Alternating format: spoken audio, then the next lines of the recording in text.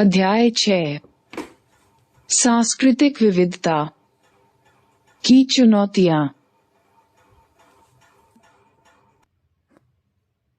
जैसा कि आपने अध्याय 3 व 4 में पढ़ा है, परिवार से लेकर बाजार तक की विभिन्न प्रकार की सामाजिक संस्थाएं लोगों को परस्पर संपर्क में ला सकती हैं, उनमें प्रबल सामूहिक पहचान स्थापित कर सकती हैं और सामाजिक संसक्ति या जुड़ाव को मजबूत बना सकती हैं। लेकिन दूसरी ओर, जैसा कि अध्याय 4 व 5 में बताया गया है, ये समान संस्थाएं असमानता और अपवर्जन या बहिष्कार की स्रोत भी हो सकती हैं। प्रस्तुत अध्याय में आप इस सांस्कृतिक विविधता से संबंधित कुछ तनावों एवं कठिनाइयों के बारे में पढ़ेंगे। सांस्कृतिक विविधता का सही अर्थ क्या है और इसे चुनौती के रूप में क्यों देखा जाता है? विविधता शब्द असमानताओं के बजाय अंतरों पर बल देता है। जब हम ये कहते हैं कि भारत एक महान सांस्कृतिक विविधता वाला राष्ट्र है, तो हमारा तात्पर्य ये होता है कि यहाँ अनेक प्रकार के सामाजिक समूह एवं समुदाय निवास करते हैं। ये समुदाय सांस्कृतिक चिन्हों जैसे भाषा, धर्म, पंथ, प्रजाति या जात द्वारा परिभाषित किए जाते हैं।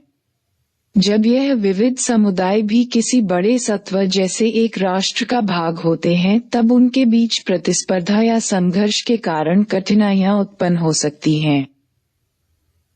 इसी कारण से सांस्कृतिक विविधता कठोर चुनौतियां प्रस्तुत कर सकती हैं। कठिनाइयां इस तथ्य से भी उत्पन्न होती हैं कि सांस्कृतिक पहचानें बहुत प्रबल होती हैं। वे तीव्र भावावेशों को भड़का सकती हैं और अक्सर बड़ी संख्या में लोगों को एकजुट कर देती हैं।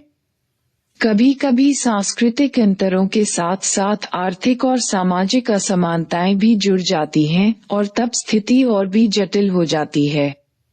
एक समुदाय द्वारा भुगती जा रही असमानताओं या अन्यायों को दूर करने के लिए किए गए उपाय दूसरे समुदायों में उनके प्रति विरोध को भड़का सकते हैं।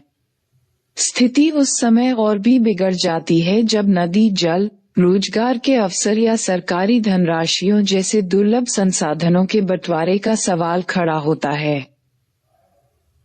यदि आप नियमित रूप से समाचार पत्र पढ़ते हैं या टेलीविजन पर खबरें देखते सुनते हैं, तो आपके मन में अक्सर यह अवसादकारी भावना उत्पन्न होती होगी कि भारत का कोई भविष्य नहीं है। आपको अनेक विघटनकारी ताकतें सक्रिय रूप से अपना काम करती हुई दिखाई देती हैं, जो हमारे देश की एकता एवं अखंडता को तार-तार करने पर तुली हुई हैं, जैसे सांप्रदायिक दंगे, क्षेत्रीय स्वायत्तता की मांगें, जातिगत लड़ाई झगड़े। आप ये सोचकर भी उद्विग्न हो उठते होंगे कि हमारी जनसंख्या के बड़े हिस्से में देशभक्ति की भावना का अभाव है और वे अपने देश भारत के भले के लिए उतनी गहराई से नहीं सोचते जितने कि आप या आपकी कक्षा के अन्य साथी सोचते हैं। लेकिन यदि आप आधुनिक भारत के इतिहास की किसी पुस्तक अथवा सांप्रदायिकता या क्षेत्रवाद जैसे मुद्दों का विवेचन करने वाली अन्य पुस्तकों, उदाहरण के लिए ब्रास 1974 को पढ़ें, तो आप जान जाएंगे कि ये समस्याएं नई नहीं हैं। लगभग सभी विभाजनकारी समस्याएं जो आज हैं, वे स्वतंत्रता प्राप्ति के समय से ही या उससे भी पहले से चली आ रही हैं। लेकिन इन सब के बावजूद भारत एक राष्ट्र के रूप में न केवल जीवित रहा है, बल्कि आज पहले से कहीं अधिक सबल राष्ट्र राज्य के रूप में विद्यमान है। अब जबकि आप आगे पढ़ने के लिए तैयार हैं, ये याद रखें कि इस अध्याय में ऐसी अनेक कठिन समस्याओं के बारे में विचार किया गया है जिनका उत्तर खोजना आसान नहीं है। लेकिन कुछ उत्तर अन्य उत्तरों की तुलना में ज्यादा अच्छे हैं और देश के सच्चे नागरिक के रूप में हमारा ये परम कर्तव्य है कि हम अपने ऐतिहासिक और सामाजिक संदर्भ की परिसीमाओं के भीतर रहते हुए यथासंभव उन समस्याओं का सर्वोत्तम समाधान निकालने की अधिकाधिक चेष्टा करें। ये भी याद रखें कि भारत में यद्यपि लोगों तथा संस्कृतियों के बीच विद्यमान विविधताएं अनेक प्रकार की कठोर चुनौतियां प्रस्तुत करती हैं, फिर भी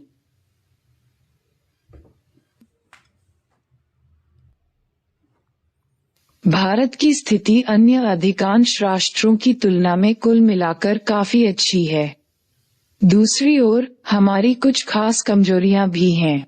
इनमें काफी सुधार किया जा सकता है। इसलिए भविष्य की चुनौतियों का सामना करने के लिए हमें बहुत श्रम करना होगा। 6.1 सांस्कृतिक समुदाय एवं राष्ट्र राज्य। भारत में विविधता के कारण उत्पन्न बड़ी बड़ी चुनौतियों जैसे क्षेत्रीयता या क्षेत्रवाद, सांप्रदायिकता और जातीयता की समस्याओं पर चर्चा करने से पहले यह आवश्यक प्रतीत होता है कि हम राष्ट्र राज्यों और सांस्कृतिक समुदायों के बीच के संबंधों को समझ लें। लोगों के लिए जाति, नृजातीय समूह, क्षेत्र या धर्म जैसी सांस्कृतिक पहचानों पर आधारित समुदायों का सदस्य होना क्यों जरूरी है? जब किसी को अपने समुदाय के प्रति कोई खतरा, अपमान या अन्याय होता दिखाई देता है तो उसकी भावनाएं इतनी अधिक क्यों भड़क उठती हैं?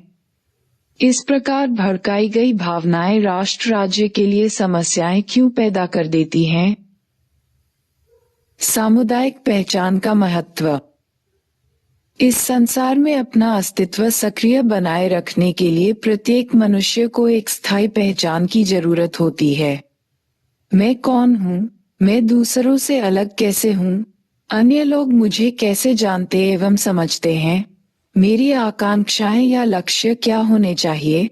इस प्रकार के अनेक प्रश्न हमारे जीवन में बचपन से लेकर आगे तक लगातार उपस्थित होते रहते हैं। हमारा समाजीकरण जिस तरीके से हुआ है या विभिन्न अर्थों में हमें हमारे निकटवर्ती परिवारों अथवा हमारे समुदाय द्वारा समाज में किस प्रकार रहना सिखाया गया है, इसकी वजह से हम इनमें से अनेक प्रश्नों के उत्तर देने में सक्षम होते हैं। अपनी 11वीं कक्षा की पाठ्य पुस्तकों में समाजीकरण विषय पर की गई चर्चा को याद करें।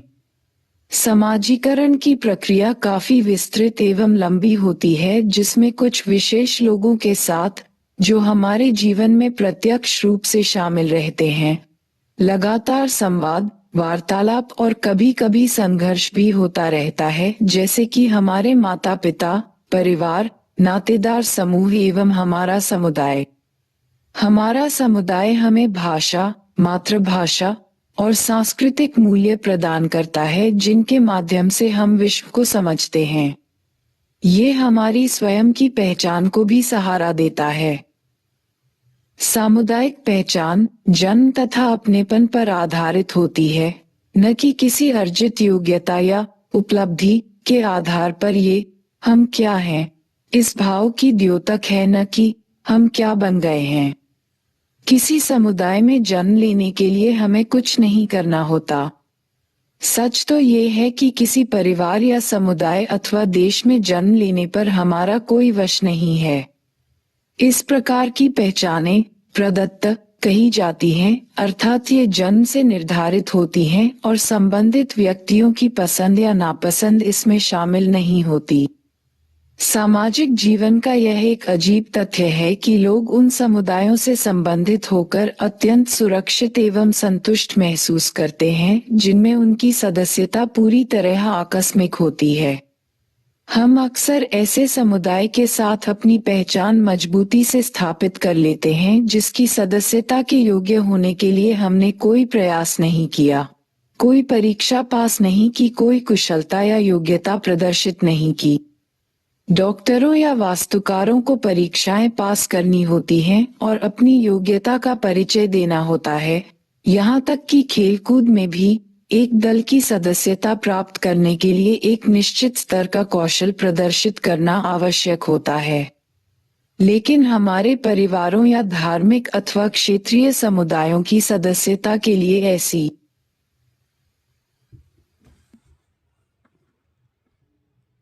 नहीं होती, फिर भी हमारी सदस्यता संपूर्ण होती है।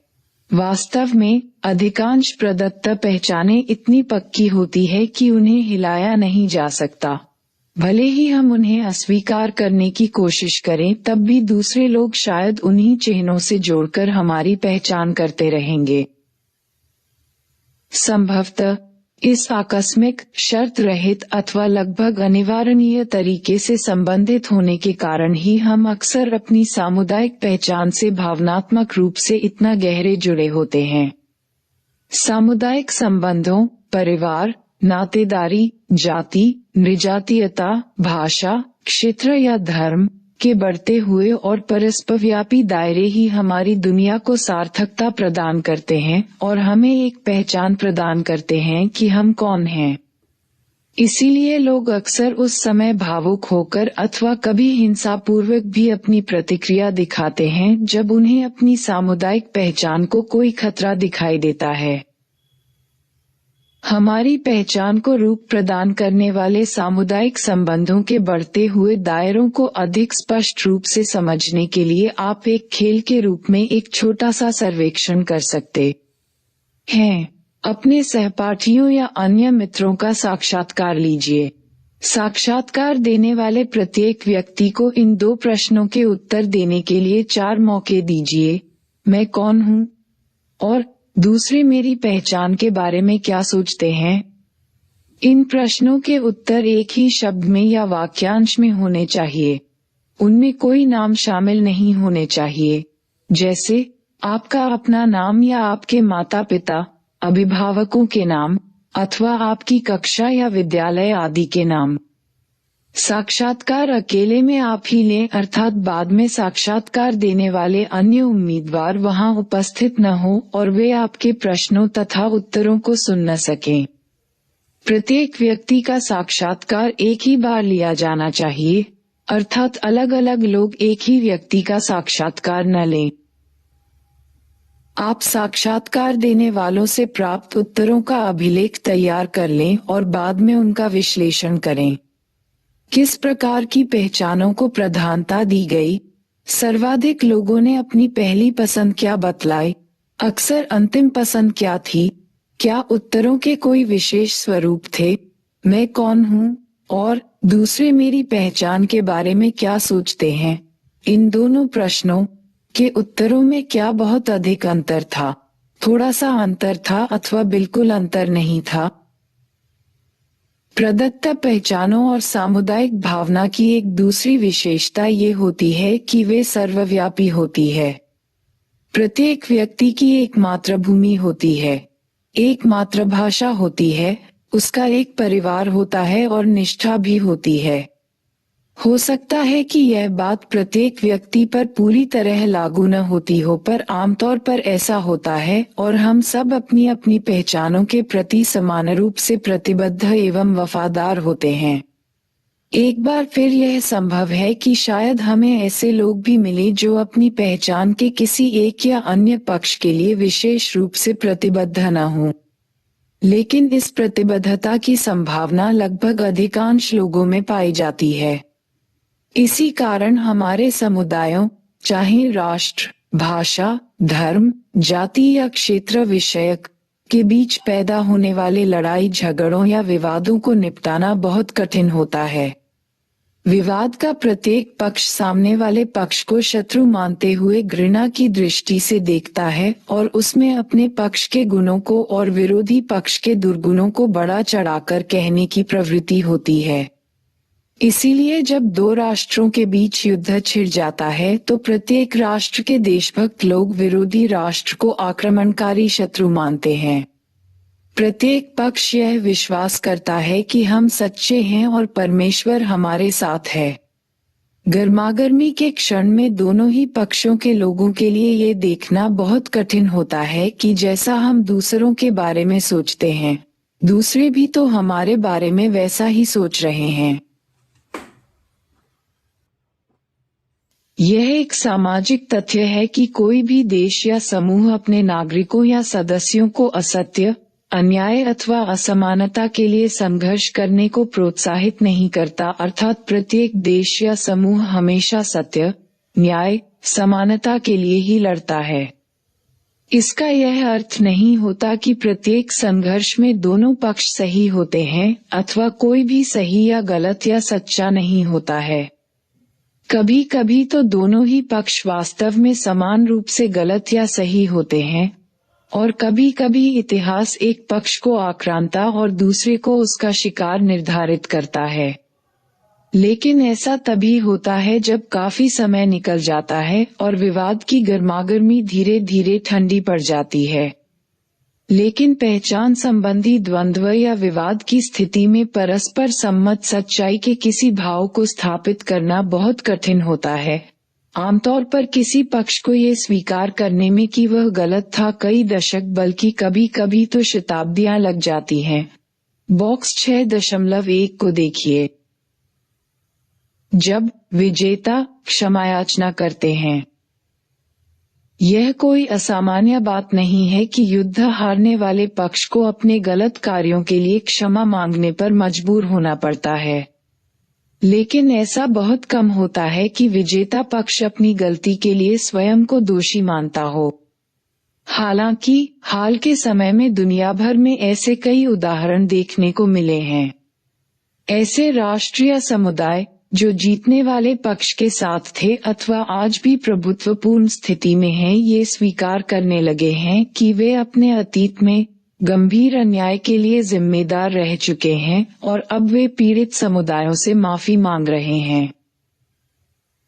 ऑस्ट्रेलिया में, जहां की बहुसंख्यक जनसंख्या आज यूरोपीय उद्भव के गोरे लोगों की है, ऑस्ट्रेलियाई राष्ट्र द्वारा आधिकारिक तौर पर वहां के उन मूल निवासियों के वंशजों से जो बलात् उपनिवेशीकरण के शिकार हुए थे माफी मांगे जाने के मुद्दे पर लंबी बहस होती रही है।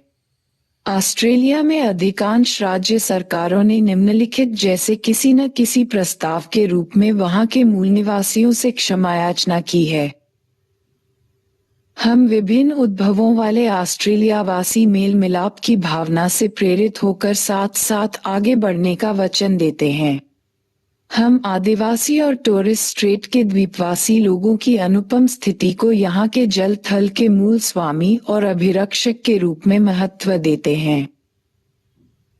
हम मानते हैं कि इस भूमि को और इसके जलीय भाग को किसी साध अथवा सहमति के बिना उपनिवेश का रूप दे दिया गया था। हमारे राष्ट्र में इस सच्चाई को स्वीकार करने और इससे उत्पन्न हुए घावों पर मरहम लगाने का साहस होना चाहिए ताकि हम अपनों के साथ शांतिपूर्वक रह सकें, आगे बढ़ सकें। पुराने घावों को भरने की इस प्रक्रिया में राष्ट्र का एक भाग क्षमायाचना करेगा और पुराने अन्यायों के लिए सच्चे दिल से दुख एवं खेद प्रकट करेगा और दूसरा भाग उन क्षमायाचनाओं को स्वीकार करते हुए पहले भाग को माफ कर देगा। और इसलिए हम यह वचन देते हैं कि हम अन्याय को समाप्त कर देंगे, असुविधाओं को दूर कर देंगे और इस तथ्य का आदर करेंगे कि हमारे आदिवासियों और टोरेस स्ट्रेट के द्वीपवासियों को राष्ट्र के सामान्य जनजीवन के भीतर रहते हुए आत्मनिर्णय का अधिकार है। संयुक्त राज्य अमेरिका में मूल अमेरिकी समुदाय जो उस देश के मूल निवासी थे और युद्ध द्वारा बाहर निकाल दिए गए थे, और काले समुदाय जो अफ्रीका से दासों के रूप में लाए गए थे, से राष्ट्रीय स्तर पर क्षमायाचना के बारे में लंबे समय से बहस चल रही है। इस विषय में अभी तक कोई सर्वसम्मति नहीं बन पाई है। जापान में सरकारी नीति के अंतर्गत उन अत्याचारों के लिए माफी मांगने की आवश्यकता को बहुत पहले माना जा चुका है जो जापान द्वारा युद्ध एवं उपनिवेशीकरण के समय पूर्वी एशिया के अनेक क्षेत्रों एवं देशों, विशेष रूप से कोरिया और चीन के कुछ हिस्सों में किए गए थे। इस संबंध में सबसे हाल में माफी वहां के प्रधानमंत्री जुनिचिरो कोइजुमी द्वारा 15 अगस्त 2005 को दिए गए भाषण में है। अतीत में जापान ने अपने औपनिवेशिक शासन और आक्रमणों के जरिए अनेक देशों, खासतौर पर एशियाई राष्ट्रों के लोगों को भारी हानि और पीड़ा पहुंचाई है। सच्चे दिल से इन ऐतिहासिक तथ्यों को स्वीकार करते हुए मैं एक बार फिर गहरा पश्चाताप करता हूं और हृदय से क्षमायाचना करता हूं और देश या विदेश में युद्ध के शिकार हुए सभी लोगों के प्रति शोक प्रकट करता।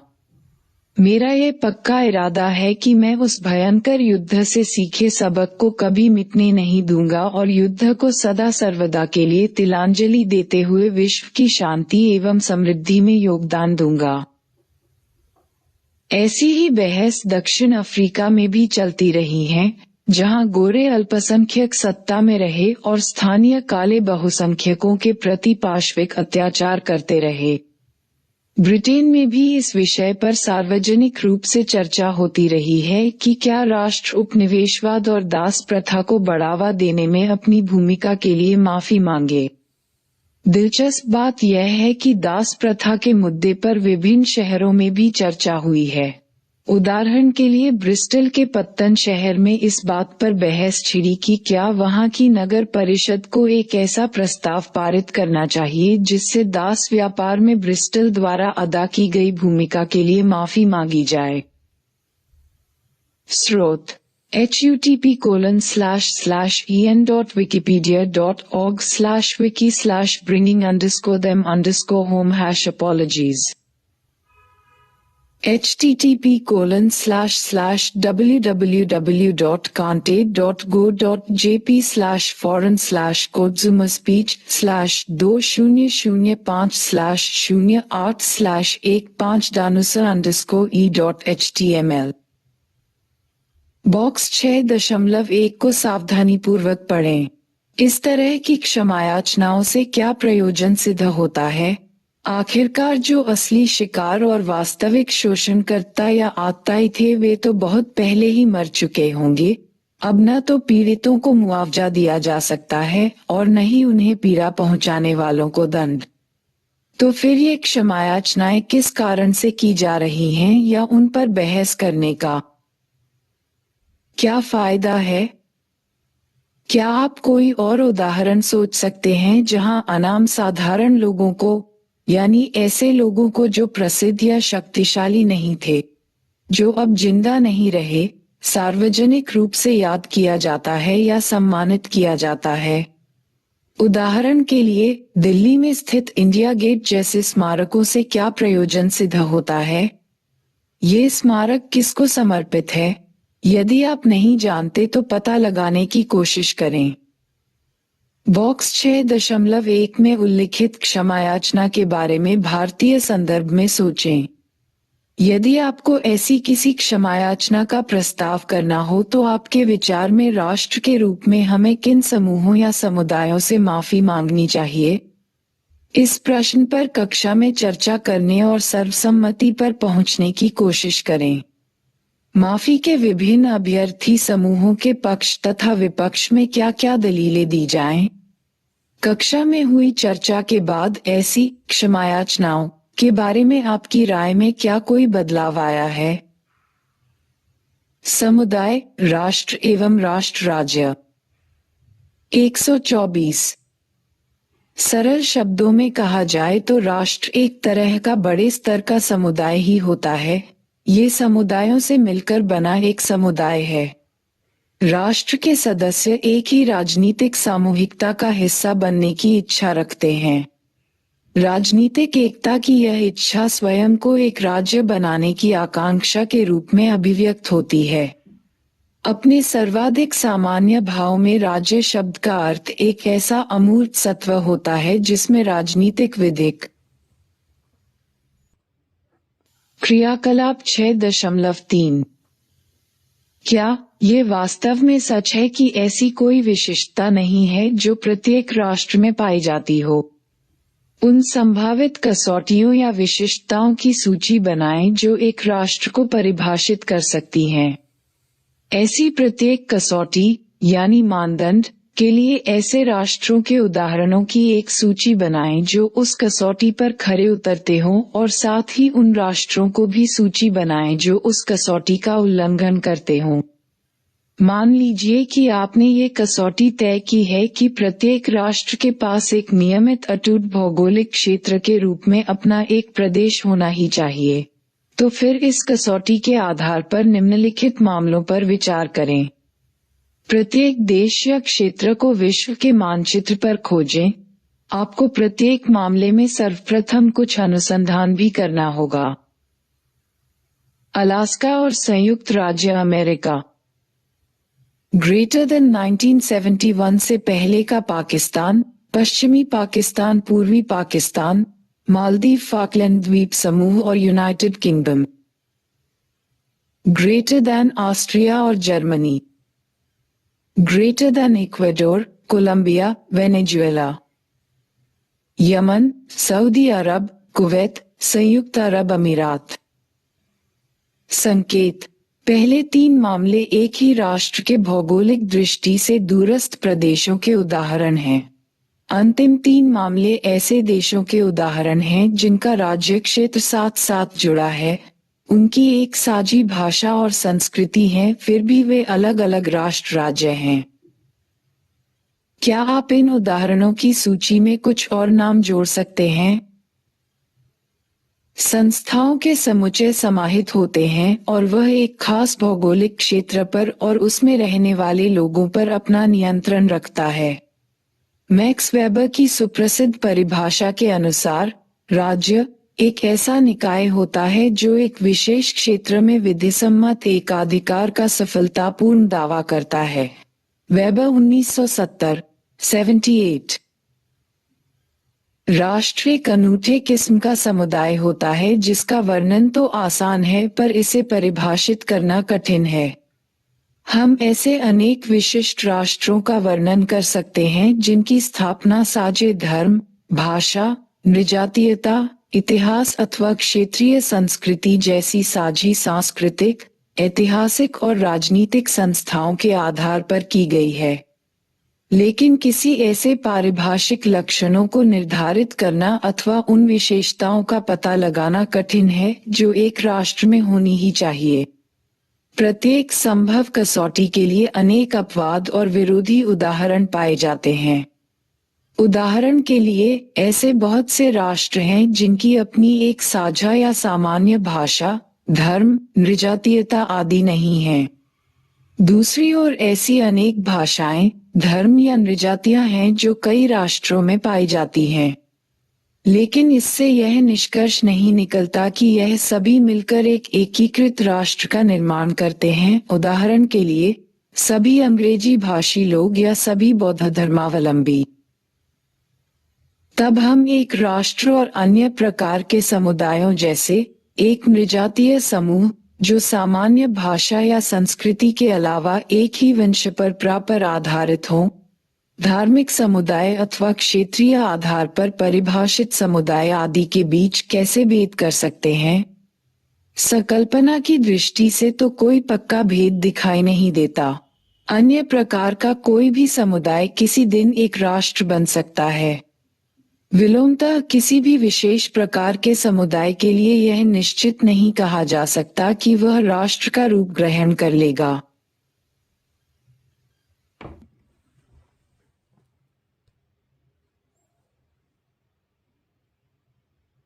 राष्ट्र का अंतर या भेद दर्शाने वाली सबसे नजदीकी कसौटी राज्य है। पहले बताए गए अन्य प्रकार के समुदायों के विपरीत, राष्ट्र ऐसे समुदाय होते हैं जिनका अपना एक राज्य होता है। इसीलिए ये दोनों राष्ट्र राज्य शब्द के रूप में योजक चिन्ह से जुड़े होते हैं। सामान्य रूप से ये कहा जा सकता है कि हाल के समय में राष्ट्र और राज्य के बीच एक का संबंध है। एक राष्ट्र, एक राज्य, एक राज्य, एक राष्ट्र। लेकिन यह एक नया विकास है। पहले यह बात सच नहीं थी कि एक अकेला राज्य केवल एक ही राष्ट्र का प्रतिनिधित्व कर सकता था, यानी एक ही राष्ट्र का द्योतक था, या प्रत्येक राष्ट्र का अपना एक राज्य होना जरूरी था।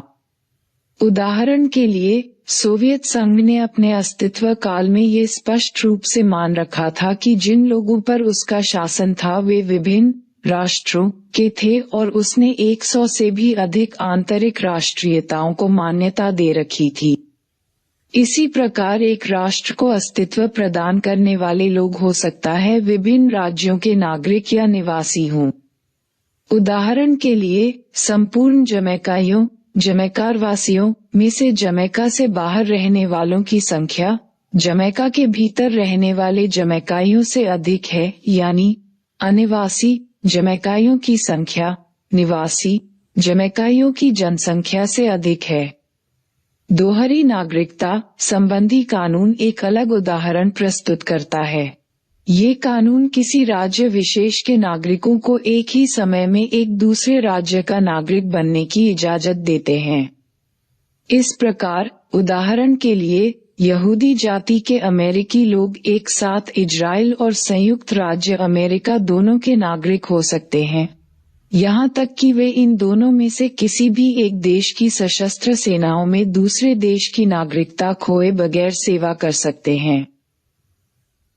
सामुदायिक पहचानों के डर से राज्यों द्वारा सांस्कृतिक विविधता को मिटाने की कोशिश। ऐतिहासिक तौर पर राज्यों ने राष्ट्र निर्माण की रणनीतियों के माध्यम से अपनी राजनीतिक वैधता को स्थापित करने और उसे और ज्यादा बढ़ाने के प्रयत्न किए हैं।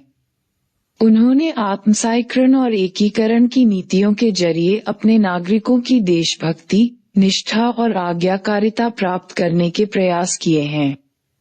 इन उद्देश्यों को प्राप्त करना खासतौर पर सांस्कृतिक विविधता के संदर्भ में आसान नहीं था, क्योंकि ऐसी परिस्थितियों में नागरिक अपने देश के साथ अपनत्व रखने के साथ साथ संभवतः अपने निजातीय, धार्मिक, भाषाई अथवा अन्य किसी प्रकार के समुदाय के साथ भी गहरा तादात्म्य रखते हैं।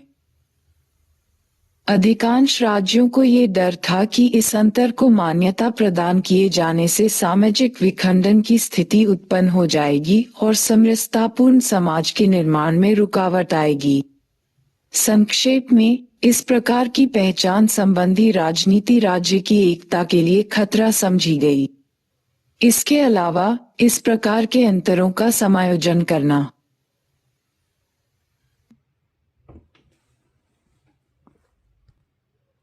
राजनीतिक दृष्टि से चुनौतीपूर्ण होता है, इसलिए अनेक राज्यों ने इन विविध पहचानों को राजनीतिक स्तर पर दबाया या नजरअंदाज किया। आत्मसाईकरण की नीतियां, जिनके अंतर्गत अक्सर निजातीय, धार्मिक या भाषाई समूहों की पहचानों को एकदम दबा दिया जाता है, समूहों के बीच पाई जाने वाली सांस्कृतिक विभिन्नताओं को मिटाने की कोशिश करती हैं। एकीकरण की नीतियां केवल एक अकेली राष्ट्रीय पहचान बनाए रखना चाहती हैं, जिसके लिए वे सार्वजनिक तथा राजनीतिक कार्यक्षेत्रों से निजातीय, राष्ट्रीय और सांस्कृतिक विभिन्नताओं को दूर करने का प्रयत्न करती है, लेकिन निजी क्षेत्रों में इन्हें बनाए रखने की इजाजत देती है। ये दोनों प्रकार की नीतियों के समुच्चय एक अकेली राष्ट्रीय पहचान को अपनाते हैं। आत्मसातकरणवादी और एकीकरणवादी रणनीतियां विभिन्न अंतःक्षेपी उपायों द्वारा एकल राष्ट्रीय पहचान स्थापित करने की कोशिश करती हैं, जैसे संपूर्ण शक्ति को ऐसे मंचों में केंद्रित करना जहां प्रभावशाली समूह बहुसंख्यक हों और स्थानीय या अल्पसंख्यक समूहों की स्वायत्तता को मिटाना। प्रभावशाली समूह की परंपराओं पर आधारित एक एकीकृत कानून एवं न्याय व्यवस्था को थोपना। समूहों द्वारा प्रयुक्त वैकल्पिक व्यवस्थाओं को खत्म कर देना। प्रभावशाली समूह की भाषा को ही एकमात्र राजकीय, राष्ट्रभाषा के रूप में अपनाना सभी सार्वजनिक संस्थाओं में अनिवार्य बना देना। प्रभावशाली समूह की भाषा और संस्कृति को राष्ट्रीय संस्थाओं के जरिए, जिनमें राज्य नियंत्रित जनसंपर्क के माध्यम और शैक्षिकी संस्थाएं शामिल हैं, बढ़ावा देना।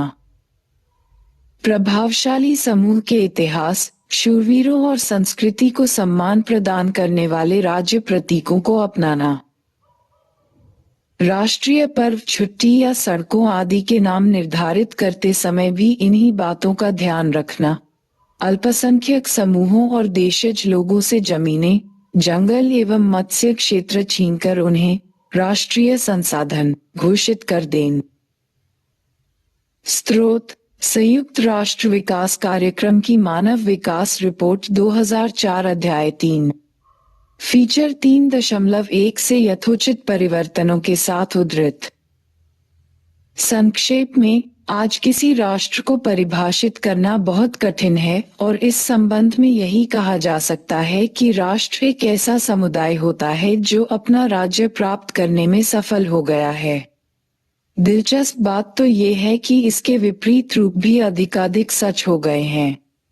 जिस प्रकार आज भावी अथवा आकांक्षी राष्ट्रीयताएं अपना राज्य बनाने के लिए अधिकाधिक प्रयत्नशील हैं, वैसे ही मौजूदा राज्य ये दावा करना ज्यादा से ज्यादा जरूरी मान रहे हैं कि वे एक राष्ट्र का प्रतिनिधित्व करते हैं।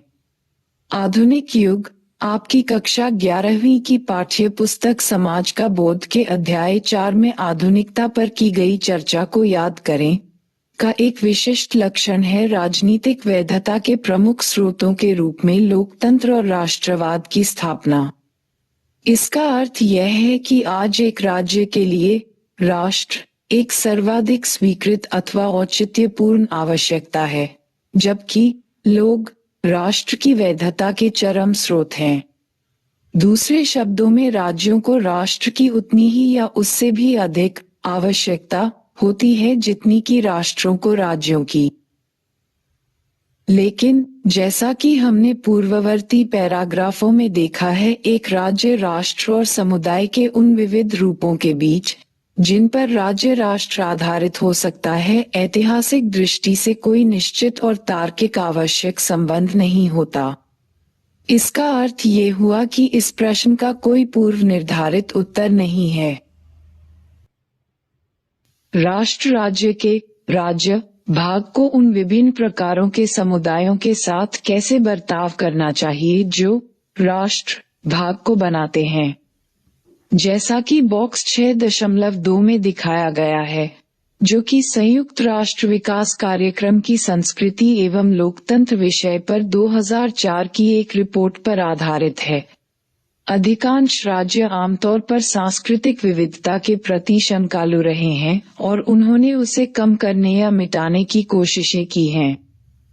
तथापि अनेक सफल उदाहरण हैं, जिनमें भारत भी एक है, जो ये दर्शाते हैं कि विभिन्न प्रकार की सामुदायिक पहचानों को एक मानक प्रकार में समरूप किए बिना भी एक मजबूत राष्ट्र राज्य बनना पूरी तरह संभव है। बॉक्स 6.2 में आत्मसातकरणवादी और एकीकरणवादी नीतियों का उल्लेख किया गया है। आत्मसातीकरण को बढ़ावा देने वाली नीतियों का उद्देश्य सभी नागरिकों को एक समान सांस्कृतिक मूल्यों और मानकों को अपनाने के लिए राजी, प्रोत्साहित या मजबूर करना है। यह मूल्य तथा मानक आमतौर पर संपूर्ण रूप से या अधिकांशतः प्रभावशाली सामाजिक समूह के होते हैं। समाज में अन्य अप्रभावशाली अथवा अधीनस्थ बनाए गए समूहों से यह आशा अथवा अपेक्षा की जाती है कि वे अपने सांस्कृतिक मूल्यों को छोड़ दें और निर्धारित मूल्यों को अपना लें। एकीकरण को बढ़ावा देने वाली नीतियां शैली की दृष्टि से तो अलग होती हैं, पर उनका सर्वोपरि उद्देश्य भिन्न नहीं होता। वे इस बात पर बल देती हैं कि सार्वजनिक संस्कृति को सामान्य राष्ट्रीय स्वरूप तक सीमित रखा जाए, जबकि सभी गैर राष्ट्रीय संस्कृतियों को निजी क्षेत्र के लिए छोड़ दिया जाए। इस मामले में भी प्रभावशाली समूहों की संस्कृति को राष्ट्रीय संस्कृति माने जाने का खतरा रहता है। अब तक आप लोग संभवतः ये जान गए होंगे कि आखिर समस्या क्या है। समुदाय के किसी विशिष्ट रूप और राज्य के आधुनिक रूप के बीच कोई संबंध होना आवश्यक नहीं है। सामुदायिक पहचान के बहुत से आधारों, जैसे भाषा, धर्म, नृजाति आदि में से कोई एक आधार राष्ट्र को स्वरूप प्रदान कर सकता है अथवा नहीं भी कर सकता है। इस बात की कोई गारंटी नहीं है। लेकिन चूंकि सामुदायिक पहचानें राष्ट्र निर्माण के आधार के रूप में कार्य कर सकती हैं, इसलिए पहले से विद्यमान राज्य सभी प्रकार की सामुदायिक पहचानों को खतरनाक प्रतिद्वंद्वी के रूप में देखते हैं। इसीलिए राज्य आमतौर पर किसी एक समरूप राष्ट्रीय पहचान का इसलिए पक्ष लेते हैं कि वे उसका नियंत्रण एवं प्रबंध कर सकेंगे। किंतु सांस्कृतिक विविधता का दमन करना बहुत महंगा पड़ सकता है, क्योंकि इससे उन अल्पसंख्यक अथवा अधीनस्थ समुदायों का अलगाव हो जाता है जिनकी संस्कृति को गैर राष्ट्रीय मान लिया जाता है। इसके अलावा कोई भी दमनकारी कार्य सामुदायिक पहचान को और गहरा बनाने का विपरीत प्रभाव उत्पन्न करता है, इसलिए सांस्कृतिक विविधता को प्रोत्साहित करना अथवा कम से कम उसे बनाए रखना व्यवहारिक तथा सिद्धांताश्रित दोनों ही दृष्टिकोणों से अच्छी नीति है। सांस्कृतिक विविधता एवं भारतीय राष्ट्र राज्य एक विहंगम दृष्टि। भारतीय राष्ट्र राज्य सामाजिक तथा सांस्कृतिक दृष्टि से विश्व के सर्वाधिक विविधतापूर्ण देशों में से एक है। इसकी जनसंख्या सन 2011 की जनगणना के आंकड़ों के अनुसार यह 121.0 करोड़ है। जनसंख्या की दृष्टि से विश्व भर में इसका स्थान दूसरा है और जल्दी ही यह पहला स्थान प्राप्त करने वाला है। यहाँ के 1 अरब 100 करोड़ से ज्यादा लोग कुल मिलाकर लगभग 1632 भिन्न भिन्न भाषाएं और बोलियां बोलते हैं। इन भाषाओं में से 22 भाषाओं को आधिकारिक रूप से मान्यता देकर उन्हें संविधान की 8वीं अनुसूची में स्थान दिया गया है। इस प्रकार उन्हें विधिक प्रतिष्ठता की गारंटी दी गई है।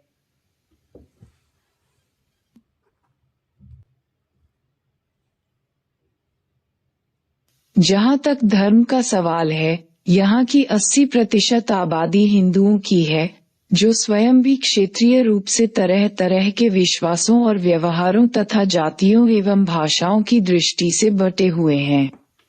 लगभग 13.4% आबादी मुसलमानों की है, जिसकी बदौलत भारत विश्व में इंडोनेशिया के बाद दूसरा सबसे बड़ा मुसलमान देश है।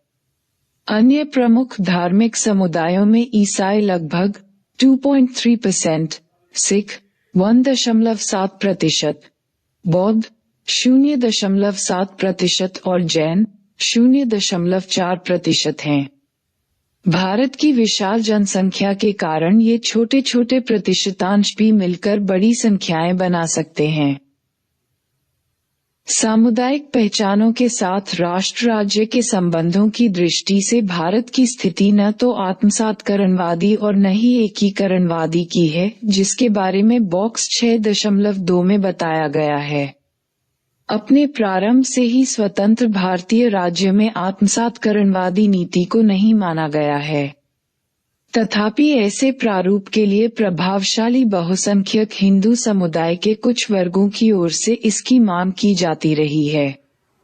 हालांकि राष्ट्रीय एकीकरण को राज्य की नीति में लगातार महत्वपूर्ण स्थान दिया जाता रहा है, लेकिन भारत कभी उस रूप में एकीकरणवादी नहीं रहा जैसा कि बॉक्स 6.2 में बताया गया है।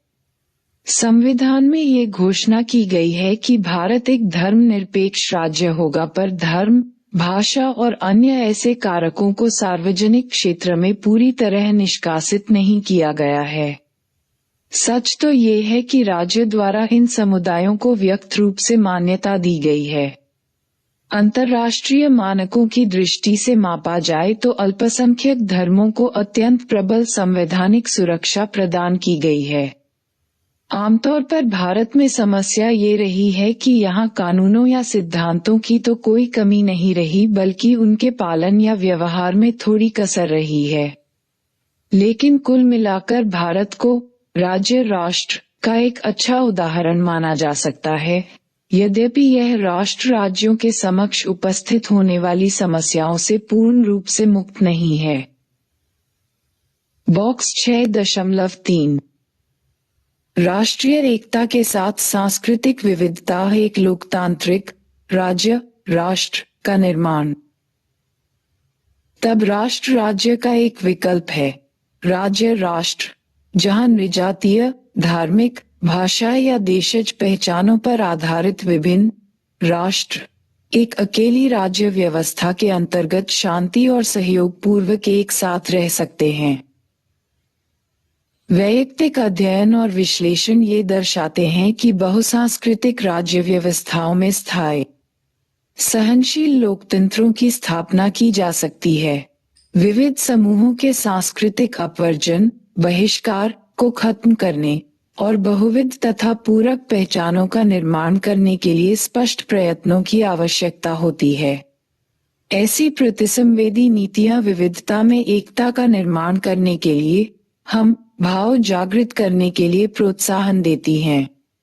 नागरिक अपने देश तथा अपनी अन्य सांस्कृतिक पहचानों के साथ तादात्म्य स्थापित करने, साझी संस्थाओं में अपना विश्वास बनाने और लोकतांत्रिक राजनीति में भाग लेने तथा उसे समर्थन देने के लिए संस्थाओं तथा राजनीति में अवसर प्राप्त कर सकते हैं।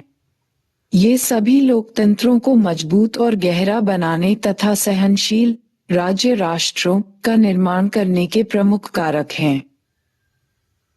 भारत के संविधान में इस अभिधारणा को स्थान दिया गया है। यद्यपि भारत सांस्कृतिक दृष्टि से विविधतापूर्ण राष्ट्र है, पर लंबे समय से चल रहे लोकतंत्रों, जिनमें भारत भी एक है, का तुलनात्मक सर्वेक्षण ये दर्शाता है कि अपनी विविधताओं के बावजूद यह एक अत्यंत सशक्त लोकतंत्र है। लेकिन आधुनिक भारत संपूर्ण देश पर एक अकेली हिंदू पहचान को थोपने के लिए उत्सुक समूहों के उत्थान के साथ बहुविध एवं पूरक पहचानों को दिए गए संवैधानिक वचनों के प्रति गंभीर चुनौती का सामना कर रहा है। आज भारत में ये खतरे समावेश के भाव को क्षति पहुंचाते हैं और अल्पसंख्यकों के अधिकारों का उल्लंघन करते हैं। हाल में जो सांप्रदायिक हिंसा की घटनाएं हुई हैं, उनसे भविष्य में सामाजिक मेल मिलाप की भावनाओं के प्रति गहरी चिंताएं खड़ी होती हैं और देश के द्वारा पहले प्राप्त की गई उपलब्धियों को ठेस पहुंचाने का खतरा पैदा होता है। और ये उपलब्धियां थोड़ी नहीं, काफी अधिक हैं। इतिहास इस बात का साक्षी है कि भारत के संवैधानिक स्वरूप में भिन्न भिन्न समूहों के दावों को मान्यता देते हुए अनुकूल प्रतिक्रिया दिखलाई है और अनेक क्षेत्रीय, भाषाई और सांस्कृतिक विविधता के बावजूद राज्य व्यवस्था को संगठित बनाए रखा है। जैसा कि तदामीकरण, पहचान, विश्वास और समर्थन के सूचकों के विषय में भारत के कार्य निष्पादन से पता चलता है। चार्ट 1 इसके नागरिक देश के विविधतापूर्ण और अत्यंत स्तरबद्ध समाज के बावजूद देश तथा लोकतंत्र के लिए गंभीरतापूर्वक प्रतिबद्ध है। जब भारतीय लोकतंत्र के कार्य निष्पादन की तुलना अन्य लंबे समय से स्थापित एवं संचालित और अधिक संपन्न लोकतंत्रों से की जाती है, तो भारत का कार्य निष्पादन विशेष रूप से प्रभावोत्पादक नजर आता है। भारत के सामने चुनौती इसलिए है कि उसने लोकतांत्रिक तरीकों से बहुलवाद, संस्थागत समायोजन और द्वंद्व समाधान की परिपाटियों में अपनी प्रतिबद्धता को उत्साहपूर्वक दोहराया है। एक बहुसांस्कृतिक लोकतंत्र के निर्माण के लिए राष्ट्र निर्माण के ऐतिहासिक प्रयासों की कमजोरियों को स्वीकार करना और बहुविध तथा पूर्व पहचानों के लोगों को मान्यता देना बहुत जरूरी है। पहचान, विश्वास और समर्थन के माध्यम से समाज के सभी समूहों में समाज के प्रति निष्ठा की भावना जागृत करने के प्रयत्न भी महत्वपूर्ण हैं। राष्ट्रीय संस्कृति यह अपेक्षा नहीं करती कि कोई एक अकेली पहचान सब पर थोप दी जाए और विविधता की निंदा की जाए। राज्य राष्ट्रों के निर्माण की सफल रणनीतियां इस विविधता को रचनात्मक रीति से सांस्कृतिक मान्यता की प्रतिसंवेदी नीतियां बनाकर समायोजित कर सकती हैं और करती भी हैं। वे राजनीतिक स्थिरता और सामाजिक समरसता, मेल मिलाप के दीर्घकालीन उद्देश्यों को सुनिश्चित करने के प्रभावोत्पादक समाधान हैं। स्रोत: संयुक्त राष्ट्र विकास कार्यक्रम की मानव विकास रिपोर्ट 2000। 6.2 भारतीय संदर्भ में क्षेत्रवाद। भारत में क्षेत्रवाद भारत की भाषाओं, संस्कृतियों, जनजातियों और धर्मों की विविधता के कारण पाया जाता है। इसे विशेष क्षेत्रों में पहचान चिह्नकों के भौगोलिक संकेंद्रण के कारण भी प्रोत्साहन मिलता है और क्षेत्रीय वंचन, डेप्रिवेशन का भाव अग्नि में घी का काम करता है। भारतीय संघवाद इन क्षेत्रीय भावुकताओं को समायोजित करने वाला एक साधन है।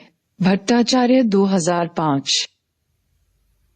स्वतंत्रता प्राप्ति के बाद प्रारंभ में भारतीय राज्य ने ब्रिटिश भारतीय व्यवस्था को ही अपनाए रखा, जिसके अंतर्गत भारत बड़े प्रांतों में, जिन्हें प्रेसिडेंसी भी कहा जाता था, बटा हुआ था। मद्रास, बम्बई और कलकत्ता 3 बड़ी प्रेसिडेंसियां थीं। प्रसंगवश हाल में इन तीनों शहरों के नाम जिनके नाम पर प्रेसिडेंसियों के नाम थे बदल दिए गए हैं। ये बड़े बड़े बहुनिजातीय और बहुभाषी प्रांतीय राज्य थे जो भारत संघ कहे जाने वाले अर्धसंघीय राज्य की बड़ी बड़ी राजनीतिक प्रशासनिक इकाइयों के रूप में काम करते थे। उदाहरण के लिए, पुराना बम्बई राज्य, जो बम्बई प्रेसिडेंसी का ही दूसरा नाम था, मराठी, गुजराती, कन्नड़ एवं कोंकणी बोलने वाले लोगों का बहुभाषी राज्य था।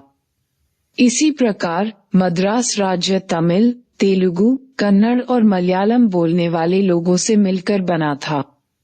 ब्रिटिश भारतीय सरकार द्वारा प्रत्यक्ष रूप से प्रशासित प्रेसिडेंसियों और प्रांतों के अलावा संपूर्ण भारत में अनेक देशी राजाओं की रियासतें या रजवाड़े थे। इनमें मैसूर, कश्मीर और बड़ौदा के देशी राज्य अपेक्षाकृत बड़े थे। लेकिन संविधान को स्वीकार किए जाने के तुरंत बाद औपनिवेशिक काल की इन सभी इकाइयों को तीव्र लोक आंदोलनों के कारण भारत संघ के भीतर निजातीय भाषाई राज्यों के रूप में पुनर्गठित करना पड़ा। बॉक्स 6.4 को देखिए। इस प्रकार धर्म ने नहीं बल्कि भाषा ने क्षेत्रीय तथा जनजातीय पहचान के साथ मिलकर भारत में निजातीय राष्ट्रीय पहचान बनाने के लिए एक अत्यंत सशक्त साधन का काम किया है। किंतु इसका ये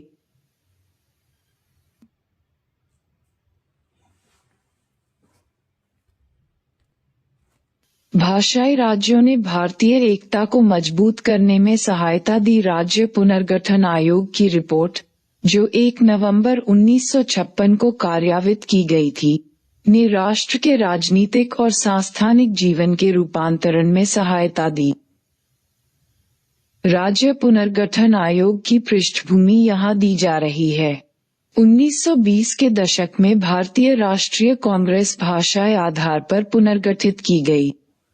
अब इसकी प्रांतीय इकाइयों ने भाषाई आधार का अनुसरण किया, जैसे एक मराठी बोलने वालों के लिए, दूसरी उड़िया बोलने वालों के लिए आदि आदि।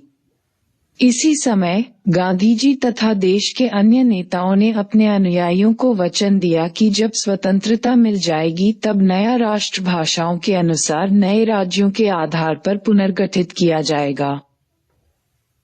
किंतु विडंबना ये रही कि जब भारत को 1947 में अंततः स्वतंत्र किया गया तो उसके साथ ही उसका विभाजन भी कर दिया गया। फिर जब भाषाई राज्यों के प्रस्तावकों ने नेताओं से अपने वचन पूरे करने के लिए कहा तो कांग्रेस ने हिचकिचाहट दिखलाई। देश का विभाजन अपने विश्वास के साथ गहरे लगाव का परिणाम था। इस प्रकार भाषा गहरी निष्ठा न जाने कितने और बंटवारे करवा देगी। ऐसी विचारधारा उस समय के चोटी के कांग्रेसी नेताओं नेहरू, पटेल और राजाजी आदि के मन में रही। दूसरी ओर सभी छोटे बड़े कांग्रेसी नेता भाषाओं के आधार पर भारत का नया नक्शा तैयार करने पर तुले हुए थे। मराठी और कन्नड़ भाषाएं बोलने वालों ने इसके लिए प्रबल आंदोलन छेड़ दिए। ये लोग उस समय की अनेक राजनीतिक रियासतों में फैले हुए थे, जैसे तत्कालीन बम्बई और मद्रास की प्रेसिडेंसियों और भूतपूर्व देसी राजाओं की रियासतें जैसे मैसूर और हैदराबाद। लेकिन सबसे अधिक उग्रतापूर्ण विरोध बहुत बड़े तेलुगु भाषी समुदाय की ओर से किया गया, जिनकी जनसंख्या बहुत बड़ी थी। दिसंबर 1952 में एक पूर्व गांधीवादी नेता पोट्टी श्रीरामुलु इस मुद्दे को लेकर आमरण अनशन पर बैठ गए और 7 सप्ताह बाद उनकी मृत्यु हो गई। पोट्टी श्रीरामुलु के बलिदान ने हिंसात्मक विरोधों को भड़का दिया। परिणामस्वरूप आंध्र प्रदेश राज्य की स्थापना करनी पड़ी। इसके अलावा राज्य पुनर्गठन आयोग की स्थापना करनी पड़ी, जिसने 1956 में भाषा आधारित सिद्धांत के अनुमोदन पर औपचारिक अंतिम मोहर लगा दी। 1950 के दशक के प्रारंभिक वर्षों में प्रधानमंत्री जवाहरलाल नेहरू समेत अनेक नेताओं को ये डर था कि भाषा आधारित राज्य कहीं भारत के उपविभाजन की प्रक्रिया को और तेज न कर दें। लेकिन तथ्य तो ये है कि इसका उल्टा ही घटित हुआ। भाषा आधारित राज्यों ने भारतीय एकता को कोई ठेस नहीं पहुंचाई, बल्कि उसे और भी मजबूत करने में सहयोग दिया। कन्नडिग और भारतीय, बंगाली और भारतीय, तमिल और भारतीय, गुजराती और भारतीय दोनों साथ साथ होना पूर्ण रूप से संगत साबित हुआ। लेकिन ये भी सच है कि भाषा पर आधारित ये राज्य कभी कभी आपस में लड़ते हैं। हालांकि ये विवाद अच्छे नहीं होते, पर यह और भी ज्यादा खराब हो सकते थे। उसी 1956 के वर्ष में जब राज्य पुनर्गठन आयोग ने भाषाई आधार पर भारत का नया नक्शा तैयार करने के समादेश दिया, सीलोन, जिसे अब श्रीलंका कहते हैं, कि संसद ने उत्तर के तमिल भाषी नागरिकों के भारी विरोध के बावजूद सिंगली को एकमात्र राजभाषा के रूप में घोषित कर दिया। एक वामपंथी सिंगली सांसद ने तो उग्र राष्ट्रवादियों को भविष्यवाणी के रूप में ये चेतावनी दे डाली, एक भाषा, दो राष्ट्र और दो भाषाएं, एक राष्ट्र। सन 1983 से श्रीलंका में जो गृहयुद्ध छिड़ा हुआ वह कुछ हद तक बहुसंख्यक भाषाई समूह द्वारा अल्पसंख्यकों के अधिकारों की उपेक्षा किए जाने का ही परिणाम है। भारत के अन्य पड़ोसी राज्य पाकिस्तान का 1971 में विभाजन हो गया क्योंकि इसके पश्चिमी भाग के पंजाबी और उर्दू भाषी लोग पूर्वी भाग के बंगालियों की भावनाओं का आदर नहीं करना चाहते थे। लेकिन भारत में भाषाई राज्यों के निर्माण के बदौलत ही भारत को ऐसी किसी दुर्भाग्यपूर्ण स्थिति का सामना नहीं करना पड़ा। यदि भारतीय भाषाई समुदायों की भावनाओं की उपेक्षा की जाती तो शायद हमारे यहाँ भी यही स्थिति उत्पन्न हो जाती, एक भाषा, 14 या 15 राष्ट्र। स्रोत: दिनांक 1 नवंबर 2006 के टाइम्स ऑफ। मतलब नहीं है कि सभी भाषाई समुदायों को राज्यत्व प्राप्त हो गया। उदाहरण के लिए, सन 2000 में 3 नए राज्यों अर्थात छत्तीसगढ़, उत्तरांचल और झारखंड के निर्माण में भाषा ने कोई प्रमुख भूमिका अदा नहीं की, बल्कि जनजातीय पहचान, भाषा, क्षेत्रीय वचन और पारिस्थितिकी पर आधारित नृजातीयता ने मिलकर तीव्र क्षेत्रीयता को आधार प्रदान किया, जिसके परिणामस्वरूप नए राज्यों की स्थापना हुई। भारतीय राष्ट्र राज्य में इस समय 29 राज्य, संघीय इकाइयां और 9 संघ राज्य क्षेत्र केंद्रीय रूप से प्रशासित हैं। टिप्पणी: इस अध्याय में जहां राज्य शब्द का प्रयोग मोटे अक्षरों में किया गया है, वहां ये भारतीय राष्ट्र राज्य के अंतर्गत आने वाली एक संघीय इकाई का द्योतक है। जहां सामान्य अक्षरों में इसे लिखा गया है, वहां यह ऊपर वर्णित बृहद संकल्पना श्रेणी के तहत प्रयोग किया गया है। क्षेत्रीय भावनाओं को आदर देना मात्र ही राज्य निर्माण के लिए काफी नहीं है, बल्कि इसके लिए एक ऐसा संस्थागत ढांचा होना भी जरूरी है जो ये सुनिश्चित कर सके कि वह एक बड़े संघीय ढांचे के अंतर्गत एक स्वायत्त इकाई के रूप में चल सकता है। भारत में ये कार्य राज्यों तथा केंद्र की शक्तियों को परिभाषित करने वाले संवैधानिक उपबंधों द्वारा किया गया है। भारत के संविधान में शासन संबंधी विषयों या कार्यों की सूची होती है जिनकी जिम्मेदारी खासतौर पर राज्य या केंद्र की होती है। इसके साथ ही अन्य क्षेत्रों की समवर्ती सूची भी दी गई है जहां दोनों को ही कार्य संचालन की अनुमति है, जिनके बारे में राज्य और केंद्र दोनों ही कार्य कर सकते हैं। राज्य विधानमंडल संसद के ऊपरी सदन राज्यसभा के गठन को निर्धारित करते हैं। इसके अलावा कुछ आवधिक समितियां और आयोग हैं जो केंद्र राज्य संबंधों को निश्चित करते हैं। इसका एक उदाहरण वित्त आयोग है जिसे 10 साल में केंद्र और राज्यों के बीच राजस्व का बंटवारा करने के लिए स्थापित किया जाता है। 2017 तक प्रत्येक पंचवर्षीय योजना में भी राज्यों की विस्तृत योजनाएं शामिल होती हैं, जो हर राज्य के राज्य योजना आयोगों द्वारा तैयार की जाती हैं। Goods and services tax (GST) council में राज्य भी शामिल होते हैं। कुल मिलाकर संघीय प्रणाली काफी अच्छी तरह चलती रही है, हालांकि इसमें कई विवादास्पद मुद्दे भी रहे हैं। उदारीकरण के युग से, यानी 1990 से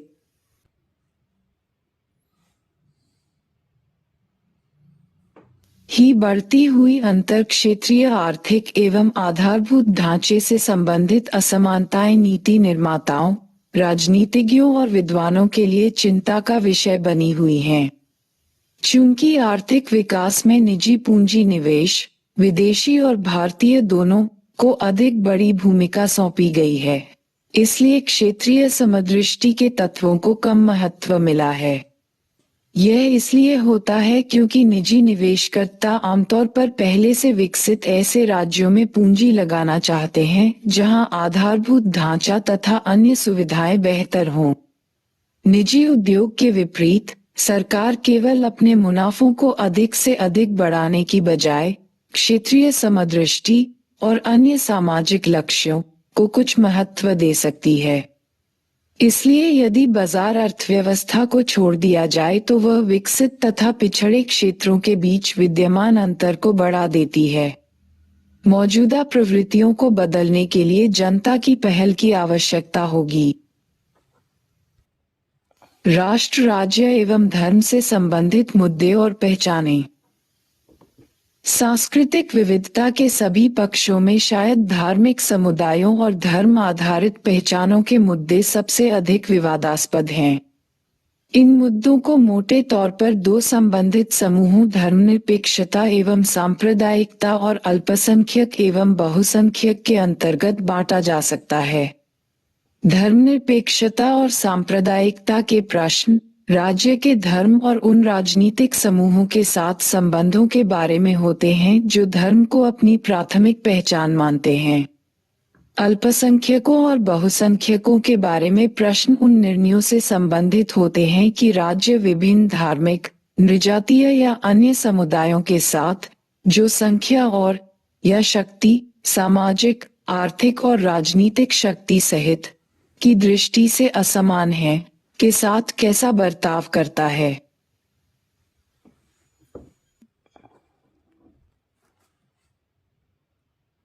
अल्पसंख्यकों के अधिकार और राष्ट्र निर्माण। भारतीय राष्ट्रवाद में प्रभावशाली प्रवृत्ति समावेशात्मक और लोकतंत्रात्मक दृष्टि द्वारा चिन्हित रही। इस दृष्टि को समावेशात्मक इसलिए कहा जाता है क्योंकि इसमें विविधता और बहुलता को मान्यता दी जाती रही है, और लोकतंत्रात्मक इसलिए क्योंकि यह भेदभाव और अपवर्जन को नकारती है और एक न्यायपूर्ण एवं सामयिक, उचित समाज की स्थापना करती है। लोग शब्द को अपवर्जक दृष्टि से धर्म, नृजातीय, प्रजाति या जाति द्वारा परिभाषित किसी विशेष समूह के प्रसंग से नहीं देखा गया है। मानवतावादी विचारों ने भारतीय राष्ट्रवादियों को प्रभावित किया और अपवर्जनात्मक राष्ट्रवाद के कुरूप पक्षों पर महात्मा गांधी और रवींद्रनाथ टैगोर जैसे अग्रणी महानुभावों द्वारा व्यापक रूप से टीका टिप्पणी की गई। अपवर्जनात्मक राष्ट्रवाद की बुराइयों के बारे में रवींद्रनाथ टैगोर के विचार बॉक्स 6.5। जहां पाश्चात्य राष्ट्रवाद की भावना का बोलबाला हो, तो सभी लोगों को बचपन से ही घृणा करना और महत्वाकांक्षाओं का पोषण करना तमाम तरीकों से सिखाया जाता है, जैसे इतिहास में अर्धसत्यों और असत्यों को गढ़कर, अन्य प्रजातियों के बारे में लगातार मिथ्या निरूपण करके और उनके प्रति प्रतिकूल भावनाओं की संस्कृति बनाकर। कभी क्षण भर के लिए भी यह न सोचे कि जो चोट आप दूसरी प्रजातियों को पहुंचाते हैं, वह आपको प्रभावित नहीं करेगी, अथवा जो वैमनस्य के बीज आप अपने घरों के चारों ओर बोते हैं, वे आने वाले संपूर्ण समय के लिए रक्षा की दीवार बनकर आपकी रक्षा करेंगे।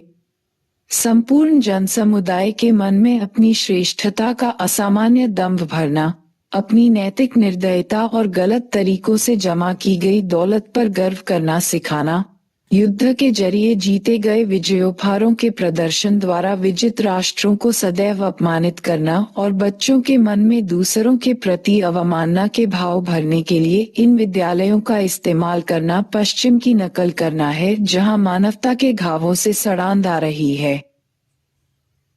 स्रोत: ऑन नेशनलिज्म, रविंद्रनाथ टैगोर, 1917, पुनः मुद्रण 1930, मैकमिलन, मद्रास। समावेशात्मक राष्ट्रवाद को प्रभावी बनाने के लिए तत्संबंधी विचारधारा को संविधान में स्थान देना पड़ा।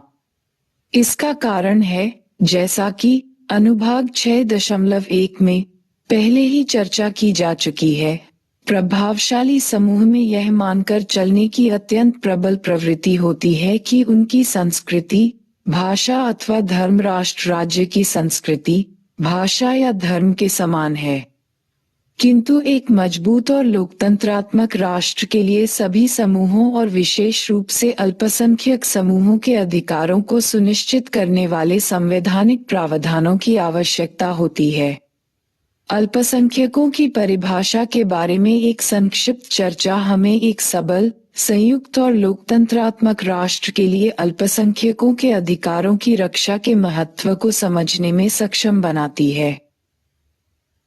अल्पसंख्यक समूहों की धारणा का समाजशास्त्र में व्यापक रूप से प्रयोग किया जाता है एवं इसका सिर्फ एक संख्यात्मक विशिष्टता के अलावा और ज्यादा महत्व है। इसमें आमतौर पर असुविधा या हानि का कुछ भाव निहित है। अतः विशेषाधिकार प्राप्त अल्पसंख्यकों जैसे अत्यंत धनवान लोगों को आमतौर पर अल्पसंख्यक नहीं कहा जा सकता, और यदि उल्लेख करना ही हो तो उनके साथ कोई विशेषक जोड़ दिया जाता है, जैसे विशेषाधिकार प्राप्त अल्पसंख्यक। जब अल्पसंख्यक शब्द का प्रयोग विशेषक के बिना किया जाता है तो सामान्यतः इसका अभिप्राय अपेक्षाकृत छोटे लेकिन साथ ही सुविधावंचित समूह से होता है। अल्पसंख्यक शब्द का समाजशास्त्रीय भाव ये भी है कि अल्पसंख्यक वर्ग के सदस्य एक सामूहिकता का निर्माण करते हैं, यानी उनमें अपने समूह के प्रति एकात्मता, एकजुटता और उससे संबंधित होने का प्रबल भाव होता है। ये भाव हानि अथवा असुविधा से जुड़ा है, क्योंकि पूर्वाग्रह और भेदभाव का शिकार होने का अनुभव आमतौर पर अपने ही समूह के प्रति निष्ठा और दिलचस्पी की भावनाओं को बढ़ावा देता है। गिडन्स 2001:248। इसलिए जो समूह सांख्यिकीय दृष्टि से अल्पसंख्यक हों, जैसे बाएं हाथ से खेलने या लिखने वाले लोग या 29 फरवरी को जन्मे लोग, समाजशास्त्रीय अर्थ में अल्पसंख्यक नहीं होते, क्योंकि वे किसी सामूहिकता का निर्माण नहीं करते। हालांकि कुछ ऐसे असामान्य उदाहरण भी लिए जा सकते हैं जहां कोई अल्पसंख्यक समूह किसी एक अर्थ में तो सुविधावंचित कहा जा सकता है, लेकिन दूसरे अर्थ में नहीं। इसलिए उदाहरण के लिए पारसियों या सिखों जैसे धार्मिक अल्पसंख्यक वर्ग आर्थिक दृष्टि से अपेक्षाकृत संपन्न हो सकते हैं, लेकिन वे फिर भी सांस्कृतिक अर्थ में सुविधावंचित हो सकते हैं, क्योंकि हिंदुओं की विशाल जनसंख्या की तुलना में उनकी संख्या कम है। बहुसंख्यक वर्ग के जनसांख्यिकीय प्रभुत्व के कारण धार्मिक अथवा सांस्कृतिक अल्पसंख्यकों को विशेष संरक्षण की आवश्यकता होती है। लोकतंत्रात्मक राजनीति में संख्यात्मक बहुमत को चुनावों के जरिए राजनीतिक शक्ति में संपरिवर्तित कर लेना सदा संभव होता है। इसका अर्थ ये हुआ कि धार्मिक अथवा सांस्कृतिक अल्पसंख्यक वर्ग राजनीतिक दृष्टि से कमजोर होते हैं, भले ही उनकी आर्थिक या सामाजिक स्थिति कैसी भी हो। उन्हें ये जोखिम तो उठाना ही होगा कि बहुसंख्यक समुदाय राजनीतिक शक्ति को हथिया लेगा और उनकी धार्मिक या सांस्कृतिक संस्थाओं को दबाने के लिए राज्यतंत्र का दुरुपयोग करेगा और अंततोगत्वा उन्हें अपनी अलग पहचान छोड़ देने के लिए मजबूर कर देगा। धार्मिक अल्पसंख्यकों का तुलनात्मक आकार और वितरण। जैसा कि सर्वविदित है, भारत में हिंदुओं का बहुमत अत्यधिक है। 2011 की जनगणना के अनुसार उनकी आबादी लगभग 96.6 करोड़ है, जो देश की संपूर्ण जनसंख्या का 80% है।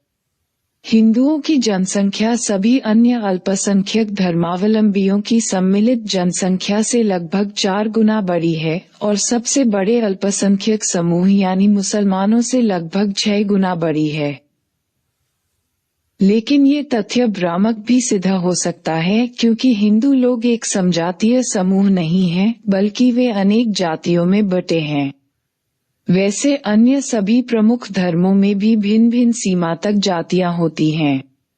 अब तक मुसलमान समुदाय ही भारत में सबसे बड़ा धार्मिक अल्पसंख्यक वर्ग है। सन 2011 में उनकी संख्या 13.8 करोड़ यानी संपूर्ण जनसंख्या का 14.2% थी। वे देश में सर्वत्र फैले हुए हैं। जम्मू और कश्मीर में वे बहुसंख्यक हैं और पश्चिम बंगाल, उत्तर प्रदेश, केरल, आंध्र प्रदेश, कर्नाटक और राजस्थान में उनके काफी बड़े अंतर्निवास हैं। ईसाइयों की जनसंख्या 27.8 करोड़ यानी संपूर्ण जनसंख्या का 2.3% है और वे सर्वत्र फैले हुए हैं। अलबत्ता पूर्वोत्तर और दक्षिणी राज्यों में उनके अंतर्निवास काफी बड़े हैं। तीनों ईसाई बहुल राज्य पूर्वोत्तर क्षेत्र में स्थित हैं। नागालैंड 88%, मिजोरम 87%, मेघालय 74.5%, गोवा 25% और केरल 18.4% में भी काफी बड़ी संख्या में ईसाई लोग रहते हैं। सिख धर्मावलंबियों की जनसंख्या 1.7%, 2.1 करोड़ है। वैसे तो वे देश के सभी भागों में फैले हुए हैं, पर उनका विशेष जमाव पंजाब में है, जहां वे बहुसंख्यक 58% हैं। इसके अलावा और भी अन्य छोटे छोटे धार्मिक समूह हैं।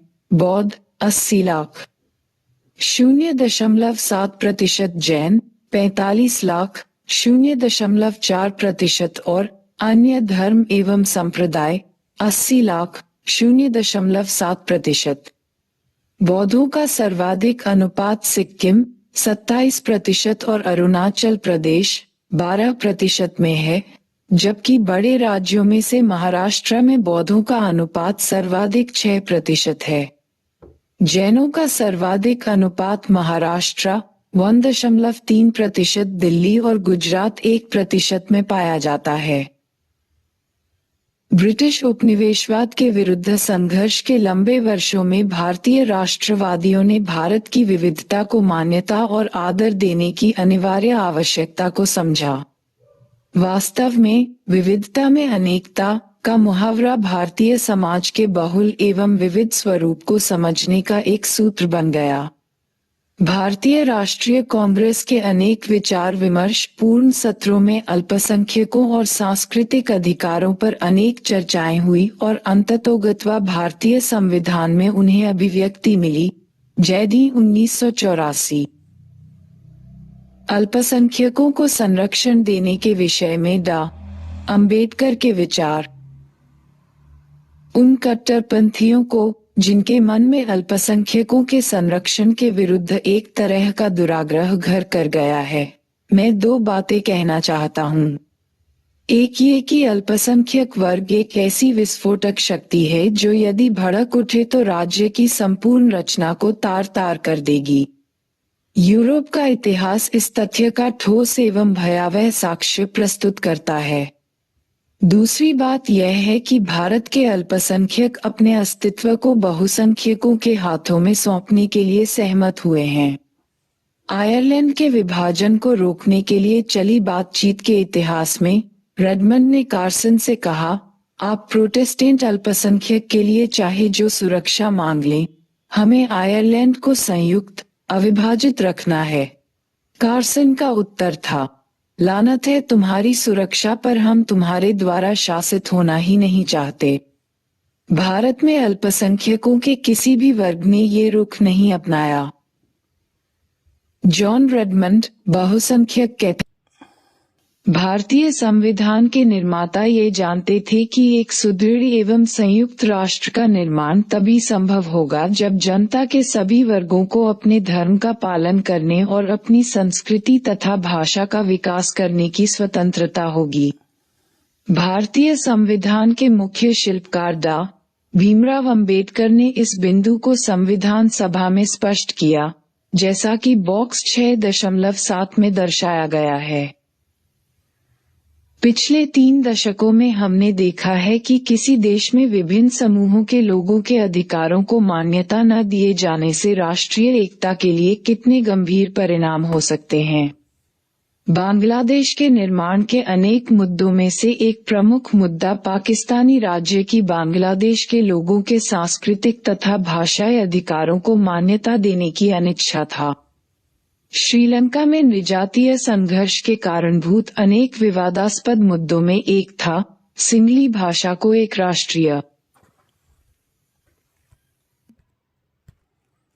अल्पसंख्यकों एवं सांस्कृतिक विविधता पर भारतीय संविधान के अनुच्छेद 29 1. भारत के राज्य क्षेत्र या उसके किसी भाग के निवासी नागरिकों के किसी अनुभाग को, जिसकी अपनी विशेष भाषा, लिपि या संस्कृति है, उसे बनाए रखने का अधिकार होगा।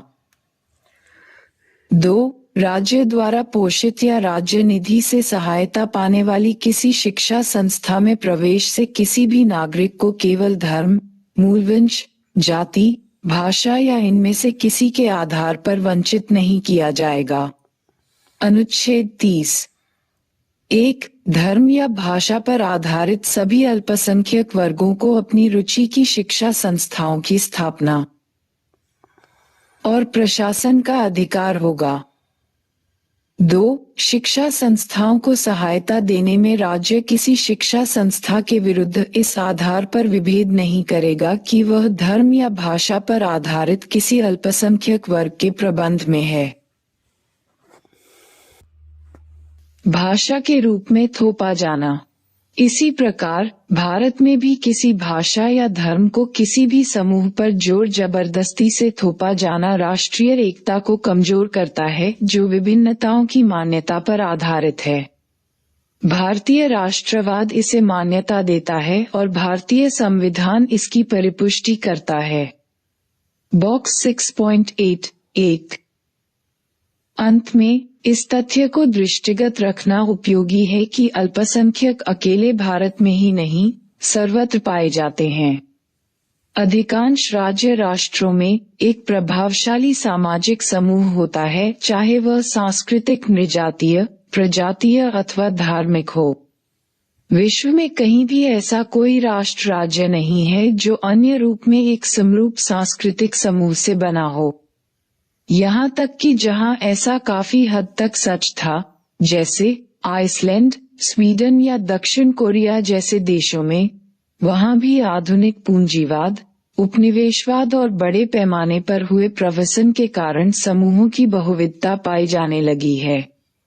यहाँ तक कि सबसे छोटे राज्य में भी अल्पसंख्यक पाए जाते हैं, चाहे वह धार्मिक, नृजातीय, भाषाई अथवा प्रजातीय आधार पर हों। सांप्रदायिकता, धर्मनिरपेक्षता एवं राष्ट्र राज्य। सांप्रदायिकता।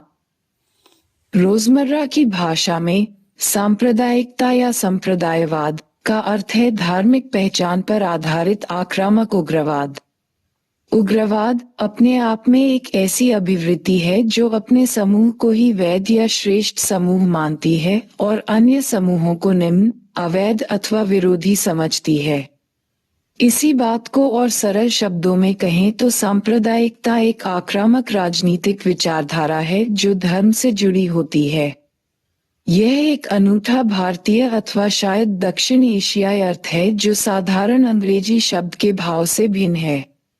अंग्रेजी भाषा में कम्युनल शब्द का अर्थ है व्यक्ति की बजाय समुदाय, यानी कम्युनिटी, या सामूहिकता से जुड़ा हुआ व्यक्ति, भाव, विचार आदि।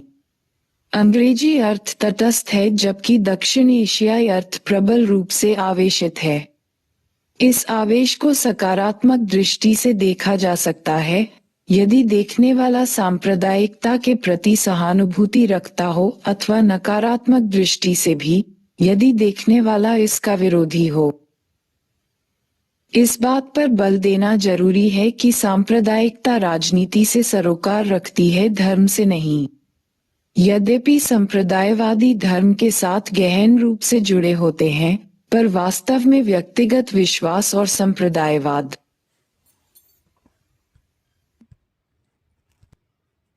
में आवश्यक रूप से कोई संबंध नहीं होता। एक संप्रदायवादी श्रद्धालु हो भी सकता है और नहीं भी, एवं श्रद्धालु लोग संप्रदायवादी हो भी सकते हैं और नहीं भी। किंतु सभी संप्रदायवादी धर्म पर आधारित एक राजनीतिक पहचान में अवश्य विश्वास रखते हैं। मुख्य कारक है ऐसे लोगों के प्रति अभिवृत्ति जो अन्य प्रकार की पहचानों में, जिनमें अन्य धर्म आधारित पहचानें भी शामिल हैं, विश्वास रखते हैं। संप्रदायवादी आक्रामक राजनीतिक पहचान बनाते हैं और ऐसे प्रत्येक व्यक्ति की निंदा करने या उस पर आक्रमण करने को तैयार रहते हैं जो उनकी पहचान का साझेदार नहीं होता। संप्रदायवाद की एक प्रमुख विशिष्टता उसका ये दावा है कि धार्मिक पहचान अन्य सभी की तुलना में सर्वोपरि होती है। चाहे कोई गरीब हो या अमीर, चाहे किसी का कोई भी व्यवसाय हो, जाति या राजनीतिक विश्वास हो, धर्म ही सब कुछ होता है, उसी के आधार पर उसकी पहचान है। सभी हिंदू एक समान होते हैं, जैसे सभी मुसलमान, सिख आदि। इसके प्रभावस्वरूप बड़े बड़े और विविध समूह एक तथा समरूप हो जाते हैं। ये ध्यान देने योग्य है कि यह अपने स्वयं के समूह के लिए और दूसरों के लिए भी किया जाता है। यह निश्चित रूप से इस संभावना को नकार देगा कि उदाहरण के लिए केरल के हिंदू, मुसलमान और ईसाई आपस में उन सहधर्मियों की तुलना में अधिक समानताएं रखते हैं जो कश्मीर, गुजरात या नागालैंड में निवास करते हैं। यह इस संभावना को भी नकारता है कि उदाहरण के लिए भूमिहीन कृषि मजदूर अथवा उद्योगपति आपस में बहुत सी समानताएं रख सकते हैं, भले ही वे विभिन्न धर्मों एवं क्षेत्रों से संबंधित हों। भारत में संप्रदायवाद एक विशेष मुद्दा बन गया है क्योंकि यह तनाव और हिंसा का पुनरावृत्त स्रोत रहा है। सांप्रदायिक दंगों के दौरान लोग अपने अपने समुदायों के पहचानहीन सदस्य बन जाते हैं। वे अपने अभिमान की पूर्ति एवं अपना पाला बचाने के लिए अन्य समुदायों के सदस्यों को मार डालने, उनके साथ बलात्कार करने और लूटपाट को तैयार हो जाते हैं। आमतौर पर ऐसे घृणित कार्यों का औचित्य दर्शाने के लिए ये कहा जाता है कि हम तो अपने सहधर्मियों के अन्यत्र या पहले कभी किए गए कत्लों या अपमानों का बदला ले रहे हैं। कोई भी क्षेत्र ऐसा नहीं है जो किसी न किसी प्रकार की सांप्रदायिक हिंसा से पूरी तरह मुक्त रहा हो। प्रत्येक धार्मिक समुदाय ने न्यूनाधिक या अधिक मात्रा में हिंसा की मार सही है। हालांकि अल्पसंख्यक समुदायों के लिए इसका मानसिक आघात आनुपातिक दृष्टि से बहुत अधिक रहा है। अगर सांप्रदायिक दंगों के लिए सरकार को किसी हद तक जिम्मेदार ठहराया जाए तो कोई भी सरकार या सत्ताधारी दल इस मामले में निर्दोष होने का दावा नहीं कर सकता। वास्तव में सांप्रदायिक हिंसा के दो सर्वाधिक आघातकारी समकालीन उदाहरण दो प्रमुख राजनीतिक दलों के शासनकाल में घटित हुए। दिल्ली में 1984 के सिख विरोधी दंगे कांग्रेस के राज में हुए और सन 2002 में गुजरात में मुसलमान विरोधी हिंसा का अभूतपूर्व पैमाने पर व्यापक दौर भारतीय जनता पार्टी के शासनकाल में चला। भारत में स्वतंत्रता प्राप्ति से पहले के समय में भी सांप्रदायिक दंगे होते रहे हैं। ये दंगे अक्सर औपनिवेशिक शासकों द्वारा अपनाई गई फूट डालो और शासन करो की नीति के परिणामस्वरूप हुआ करते थे। लेकिन उपनिवेशवाद ने अंतर सामुदायिक झगड़ों को जन्म नहीं दिया। उपनिवेश काल से पहले भी ऐसे झगड़े होने का लंबा इतिहास रहा है और इसलिए स्वतंत्रता प्राप्ति के बाद के दंगों और मारकाट के लिए 6 निश्चित रूप से उसे दोषी नहीं ठहराया जा सकता। दरअसल यदि हम धार्मिक, सांस्कृतिक, क्षेत्रीय अथवा निजातीय संघर्षों के उदाहरण खोजना चाहें तो वे हमारे इतिहास के लगभग प्रत्येक काल में मिल जाएंगे। लेकिन हमें यह नहीं भूलना चाहिए कि हमारे यहाँ धार्मिक बहुलवाद की भी एक लंबी परंपरा रही है, जिसमें शांतिपूर्ण सह अस्तित्व से लेकर वास्तविक अंतर्मिश्रण या समन्वयवाद शामिल है। ये समन्वयी विरासत भक्ति और सूफी आंदोलनों के भक्ति गीतों और काव्यों में स्पष्टतः दृष्टिगोचर होती है। बॉक्स 6.9। संक्षेप में, इतिहास हमारे समक्ष अच्छे और बुरे दोनों तरह के उदाहरण प्रस्तुत करता है। इससे हम क्या सीखना चाहते हैं ये हमारे ऊपर निर्भर करता है। धर्मनिरपेक्षतावाद। जैसा कि हम ऊपर देख चुके हैं, समर्थकों तथा विरोधियों के बीच कुछ कड़वे विवादों के बावजूद सांप्रदायिक और सांप्रदायिकता शब्दों के अर्थ तो बहुत कुछ स्पष्ट हैं। विरोधाभास स्वरूप धर्मनिरपेक्ष और धर्मनिरपेक्षतावाद शब्दों को स्पष्ट रूप से परिभाषित करना अत्यंत कठिन है, हालांकि वे भी उतने ही विवादास्पद हैं। वास्तव में धर्मनिरपेक्षता या धर्मनिरपेक्षतावाद सामाजिक और राजनीतिक सिद्धांत में प्रस्तुत सर्वाधिक जटिल शब्दों में से एक है। पाश्चात्य संदर्भ में इन शब्दों का मुख्य भाव चर्च और राज्य की पृथकता का द्योतक है। धार्मिक और राजनीतिक सत्ता के पश्चिम के सामाजिक इतिहास में एक बड़ा मोड़ ला दिया। ये पृथक्करण धर्मनिरपेक्षीकरण या पृथक्करण ने जनजीवन से धर्म के उत्तरोत्तर पीछे हटते जाने की प्रक्रिया से संबंधित था, क्योंकि अब धर्म को एक अनिवार्य दायित्व की बजाय स्वैच्छिक व्यक्तिगत व्यवहार के रूप में बदल दिया गया था। धर्मनिरपेक्षीकरण स्वयं आधुनिकता के आगमन और विश्व को समझने के धार्मिक तरीकों के विकल्प के रूप में विज्ञान तथा तर्कशक्ति के उदय से संबंधित था। धर्मनिरपेक्ष और धर्मनिरपेक्षता के भारतीय अर्थों में उनके पश्चिमी भावार्थ तो शामिल हैं ही, पर उनमें कुछ और भाव भी जुड़े हैं। रोजमर्रा की भाषा में धर्मनिरपेक्ष का सर्वाधिक सामान्य प्रयोग सांप्रदायिक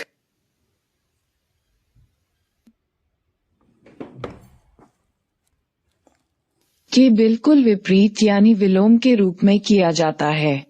इस प्रकार एक धर्मनिरपेक्ष व्यक्ति या राज्य वह होता है जो किसी विशेष धर्म का अन्य धर्मों की तुलना में पक्ष नहीं लेता। इस भाव में धर्मनिरपेक्षता धार्मिक उग्रवाद का विरोधी भाव है और इसमें धर्म के प्रति विद्वेष का भाव होना जरूरी नहीं होता। राज्य और धर्म के पारस्परिक संबंधों की दृष्टि से धर्मनिरपेक्षता का ये भाव सभी धर्मों के प्रति समान आदर का द्योतक होता है, न कि अलगाव या दूरी का। उदाहरण के लिए, धर्मनिरपेक्ष भारतीय राज्य सभी धर्मों के त्योहारों के अवसर पर सार्वजनिक छुट्टी घोषित करता है।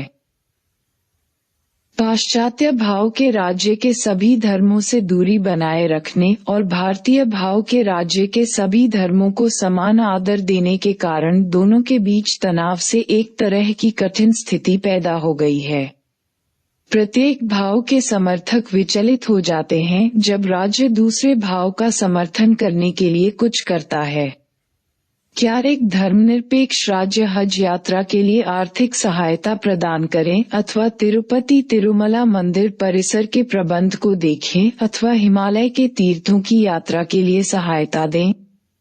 उदाहरण के लिए, क्या स्वतंत्रता दिवस, गणतंत्र दिवस, गांधी जयंती और अंबेडकर जयंती को छोड़कर बाकी सभी धार्मिक पर्वों की छुट्टियां खत्म कर दें?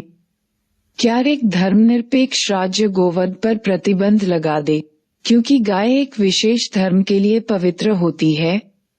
यदि वह ऐसा कर दे तो क्या वह सूअरों की हत्या पर भी पाबंदी लगा दे क्योंकि एक दूसरे धर्म में सूअर का मांस खाने की मनाही है?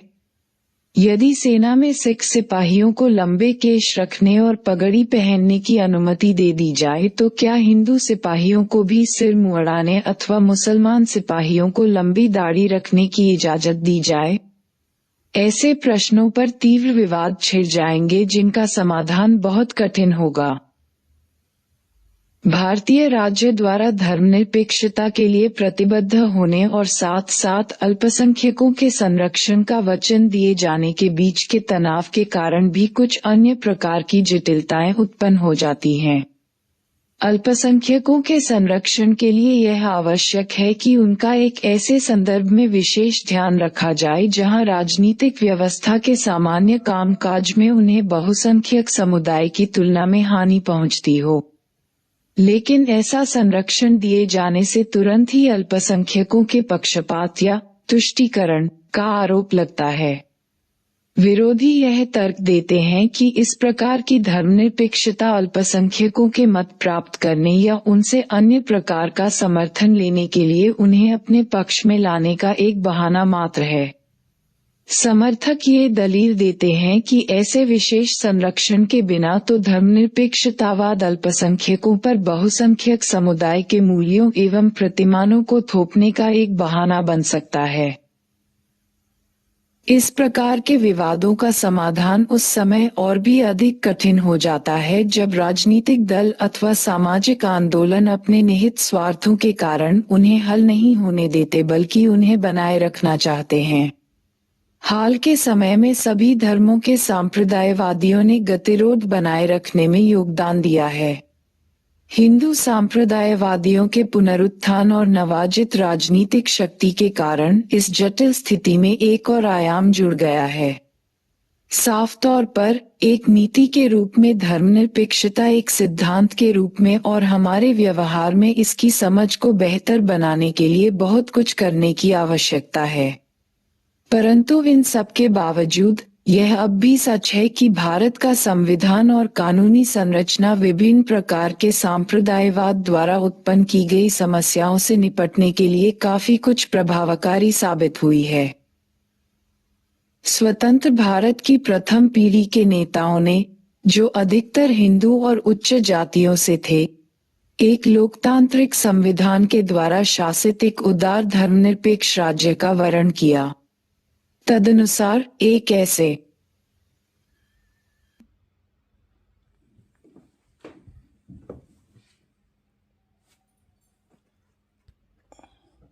राज्य की कल्पना की गई जो सांस्कृतिक दृष्टि से तटस्थ हो और एक ऐसे राष्ट्र की भी कल्पना की गई जो सभी नागरिकों का एक समावेशात्मक भूभागीय राजनीतिक समुदाय हो। राष्ट्र निर्माण को मुख्य रूप से आर्थिक विकास और सामाजिक रूपांतरण की राज्य चालित प्रक्रिया के रूप में देखा गया। यह आशा की गई थी कि नागरिकता के अधिकारों के सार्वभौमीकरण और मुक्त एवं प्रतिस्पर्धात्मक राजनीति की लोकतांत्रिक प्रक्रिया में सांस्कृतिक बहुलताओं के समावेश से स्वयं नृजातीय समुदायों में और उनके तथा राज्य के बीच एक नया नागरिक समीकरण विकसित हो जाएगा। शेत 1999।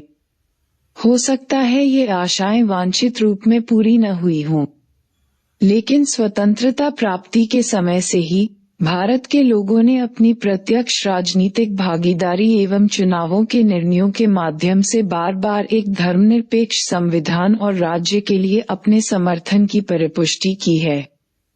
उनकी आवाज को महत्व दिया ही जाना चाहिए। 6.4 राज्य और नागरिक समाज। आपने शायद ये ध्यान दिया होगा कि इस अध्याय के अधिकांश भाग में राज्य के बारे में ही विवेचना होती रही है। जब एक राष्ट्र में सांस्कृतिक विविधता के प्रबंध की बात आती है तो राज्य वास्तव में एक अत्यंत निर्णायक संस्था का रूप ले लेता है। हालांकि यह राष्ट्र का प्रतिनिधित्व करने का दावा करता है, पर यह राष्ट्र और उसके लोगों से हटकर अपनी स्वतंत्र स्थिति भी बना सकता है। इस हद तक कि राज्य संरचना विधानमंडल, अधिकारी तंत्र, दफ्तरशाही, न्यायपालिका, सशस्त्र सेनाएं, पुलिस और राज्य के अन्य स्कंध लोगों से पृथक हो जाते हैं। ये सत्तावादी बनने की संभाविता भी रखता है। एक सत्तावादी राज्य लोकतंत्रात्मक राज्य का विपरीत होता है। एक सत्तावादी राज्य में लोगों की आवाज नहीं सुनी जाती और जिनके पास शक्ति होती है वे किसी के प्रति उत्तरदायी नहीं होते। सत्तावादी राज्य अक्सर भाषण की स्वतंत्रता, प्रेस की स्वतंत्रता, राजनीतिक क्रियाकलाप की स्वतंत्रता, सत्ता के दुरुपयोग से संरक्षण का अधिकार, विधि, कानून की अपेक्षित प्रक्रियाओं का अधिकार जैसी अनेक प्रकार की नागरिक स्वतंत्रताओं को अक्सर सीमित या समाप्त कर देते हैं। सत्तावाद के अलावा इस बात की संभावना भी रहती है कि राज्य की संस्थाएं भ्रष्टाचार, अकुशलता अथवा संसाधनों की कमी के कारण लोगों की जरूरतों के बारे में सुनवाई करने के लिए अक्षम अथवा अनिच्छुक हो जाएं। संक्षेप में, ऐसे अनेक कारण हैं जिनकी वजह से राज्य वैसा नहीं होगा जैसा उसे होना चाहिए। इस संदर्भ में गैर राजकीय कर्ता अथवा संस्थाएं महत्वपूर्ण हो जाते हैं, क्योंकि वे राज्य पर नजर रख सकते हैं, उसके अन्यायपूर्ण कार्यों का विरोध कर सकते हैं अथवा उसके प्रयत्नों में सहयोग कर सकते हैं। नागरिक समाज उस व्यापक कार्यक्षेत्र को कहते हैं जो परिवार के निजी क्षेत्र से परे होता है, लेकिन राज्य और बाजार दोनों क्षेत्र से बाहर होता है। नागरिक समाज सार्वजनिक अधिकार का गैर राजकीय तथा गैर बाजारी भाग होता है, जिसमें अलग अलग व्यक्ति संस्थाओं और संगठनों का निर्माण करने के लिए स्वेच्छा से परस्पर जुड़ जाते हैं। ये सक्रिय नागरिकता का क्षेत्र है। यहाँ व्यक्ति मिलकर सामाजिक मुद्दों पर चर्चा करते हैं, राज्य को प्रभावित करने की कोशिश करते हैं अथवा उसके समक्ष अपनी मांगे रखते हैं, अपने सामूहिक हितों को पूरा करने का प्रयास करते हैं या विभिन्न कार्यों के लिए समर्थन चाहते हैं। इस क्षेत्र में नागरिकों के समूहों द्वारा बनाए गए स्वैच्छिक संघ, संगठन या संस्थाएं शामिल होते हैं। इसमें राजनीतिक दल, जनसंचार की संस्थाएं, मजदूर संघ, गैर सरकारी संगठन, धार्मिक संगठन और अन्य प्रकार के सामूहिक तत्व भी शामिल होते हैं। नागरिक समाज में शामिल होने की मुख्य कसौटियां ये हैं।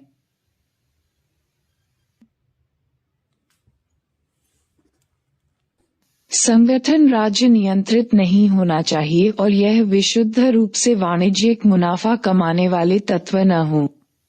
इस प्रकार दूरदर्शन नागरिक समाज का हिस्सा नहीं है, जबकि निजी टेलीविजन चैनल हैं। एक कार निर्माता कंपनी नागरिक समाज का हिस्सा नहीं है, लेकिन उसके कामगारों के मजदूर संघ इसके अंतर्गत आते हैं। वास्तव में ये कसौटियां बहुत से क्षेत्रों को स्पष्ट नहीं कर पाती। उदाहरण के लिए, एक समाचार पत्र विशुद्ध रूप से एक वाणिज्यिक उद्यम के रूप में चलाया जा सकता है, अथवा एक गैर सरकारी संगठन को सरकारी निधियों से सहायता दी जा सकती है। भारतीय लोगों को सत्तावादी शासन का थोड़ा अनुभव आपातकाल के दौरान हुआ, जो जनवरी 1977 तक लागू रही थी। संसद को निलंबित कर दिया गया था और सरकार द्वारा सीधे नए कानून जून 1975 से बनाए गए। नागरिक स्वतंत्रताएं छीन ली गई और राजनीतिक रूप से सक्रिय लोग बड़ी संख्या में गिरफ्तार करके बिना मुकदमा चलाए जेलों में डाल दिए गए। जनसंचार के माध्यमों पर सेंसर व्यवस्था लागू कर दी गई और सरकारी पदाधिकारियों को सामान्य प्रक्रियाएं अपनाए बिना बर्खास्त किया जा सकता था। सरकार ने नीचे स्तर के अधिकारियों पर अनुचित दबाव डाला कि वे उसके कार्यक्रमों को कार्यान्वित करें। लोगों के उत्तर देने के लिए राज्य को बाध्य करना। सूचनाधिकार अधिनियम 2005। सूचनाधिकार अधिनियम 2005 अधिनियम सम 22/2005 भारतीय संसद द्वारा अधिनियमित एक ऐसा कानून विधि है जिसके तहत भारतीयों को सरकारी अभिलेखों तक पहुंचने का अधिकार दिया गया है। इस अधिनियम की शर्तों के अधीन कोई भी व्यक्ति किसी सार्वजनिक प्राधिकरण, सरकारी निकाय अथवा राज्य का कर्तृत्व से सूचना के लिए अनुरोध कर सकता है और उस प्राधिकरण से यह आशा की जाती है कि वह शीघ्रता से यानी 30 दिन के भीतर उसे उत्तर देगा। यह अधिनियम प्रत्येक सार्वजनिक प्राधिकरण से यह अपेक्षा करता है कि वह व्यापक प्रसार के लिए अपने अभिलेखों को कंप्यूटरबद्ध करे और कतिपय श्रेणियों से संबंधित सूचना को स्वयं सक्रिय होकर प्रकाशित करे, ताकि नागरिकों को सूचना के लिए औपचारिक रूप से अनुरोध करने की कम से कम आवश्यकता पड़े। नो आरटी। संसद द्वारा इस कानून को 15 जून 2005 को पारित किया गया था और ये 13 अक्टूबर 2005 से लागू हुआ। भारत में सूचना प्रकट करने का कार्य अब तक सरकारी गुप्त अधिनियम 1923 और अनेक अन्य विशेष कानूनों से प्रतिबंधित था, लेकिन नए सूचनाधिकार अधिनियम ने उन सबको रद्द कर दिया है। अधिनियम यह विनिर्दिष्ट करता है कि नागरिकों को किसी भी सूचना यथाप्रभाषित के लिए अनुरोध करने, दस्तावेजों की प्रतिलिपियां लेने, दस्तावेजों, कार्यों और अभिलेखों का निरीक्षण करने, कार्य की सामग्रियों के प्रमाणित नमूने लेने का अधिकार है। नागरिक सूचना printout, Diskit, floppy, tape, video cassette अथवा अन्य किसी भी इलेक्ट्रॉनिक रीति के माध्यम से ले सकते हैं और तुरंत परिणाम दिखलाएं। इनमें सबसे कुख्यात कार्यक्रम वंध्यकरण यानी नसबंदी अभियान था, जिसके तहत बहुत से लोग शल्यक्रिया के कारण उत्पन्न हुई समस्याओं से मृत्यु को प्राप्त हो गए। जब 1977 के प्रारंभ में अप्रत्याशित रूप से चुनाव कराए गए तो लोगों ने बढ़ चढ़कर सत्ताधारी कांग्रेस दल के विरोध में वोट डाले। आपातकाल के झटके ने लोगों में सक्रिय भागीदारी की लहर पैदा कर दी और उसके परिणामस्वरूप 1970 के दशक में नागरिक समाज के अनेक नए कार्यक्रम प्रारंभ किए गए। इस अवधि में तरह तरह के सामाजिक आंदोलन उठ खड़े हुए, जिनमें महिलाओं, पर्यावरण की सुरक्षा, मानव अधिकारों और दलितों के आंदोलन प्रमुख थे। आज नागरिक समाज के संगठनों के क्रियाकलाप और भी व्यापक रूप ले चुके हैं, जिनमें राष्ट्रीय तथा अंतर्राष्ट्रीय अभिकरणों के साथ पक्ष समर्थन तथा प्रचार संबंधी गतिविधियां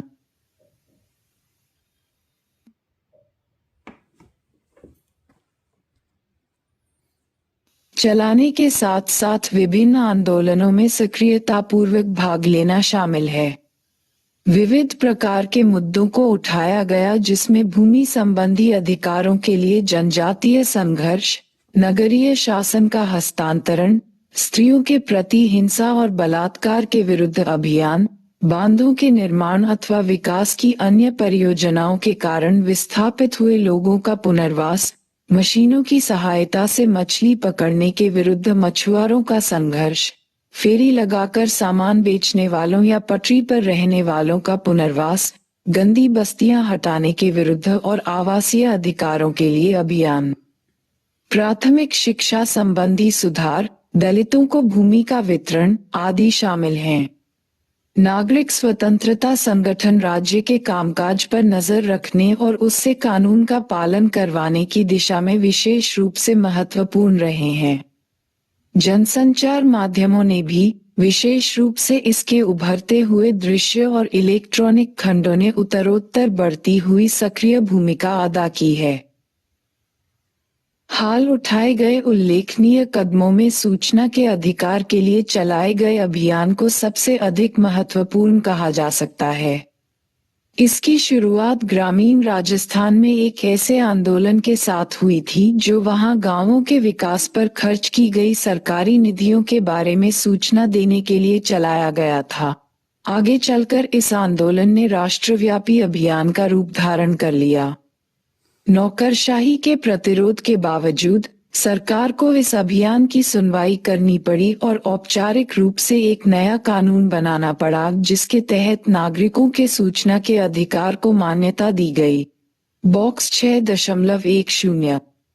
इस प्रकार के उदाहरण ये प्रकट करते हैं कि नागरिक समाज ये सुनिश्चित करने के लिए अत्यंत महत्वपूर्ण है कि राज्य, राष्ट्र और उसके लोगों के प्रति जवाबदेह है।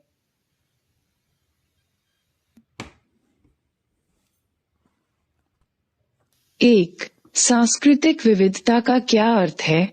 भारत को एक अत्यंत विविधतापूर्ण देश क्यों माना जाता है? 2. सामुदायिक पहचान क्या होती है और वह कैसे बनती है? 3. राष्ट्र को परिभाषित करना क्यों कठिन है? आधुनिक समाज में राष्ट्र और राज्य कैसे संबंधित हैं? 4. राज्य अक्सर सांस्कृतिक विविधता के बारे में शंकालु क्यों होते हैं? 5. क्षेत्रवाद क्या होता है? आमतौर पर यह किन कारकों पर आधारित होता है? 6. आपकी राय में राज्यों के भाषाई पुनर्गठन ने भारत का हित या अहित किया है? 7. अल्पसंख्यक वर्ग क्या होता है? अल्पसंख्यक वर्गों को राज्य से संरक्षण की क्यों जरूरत होती है? 8. सांप्रदायवाद या सांप्रदायिकता क्या है? 9. भारत में वह विभिन्न भाव अर्थ कौन से हैं जिनमें धर्मनिरपेक्षता या धर्मनिरपेक्षतावाद को समझा जाता है? 10. आज नागरिक समाज संगठनों की क्या प्रासंगिकता है?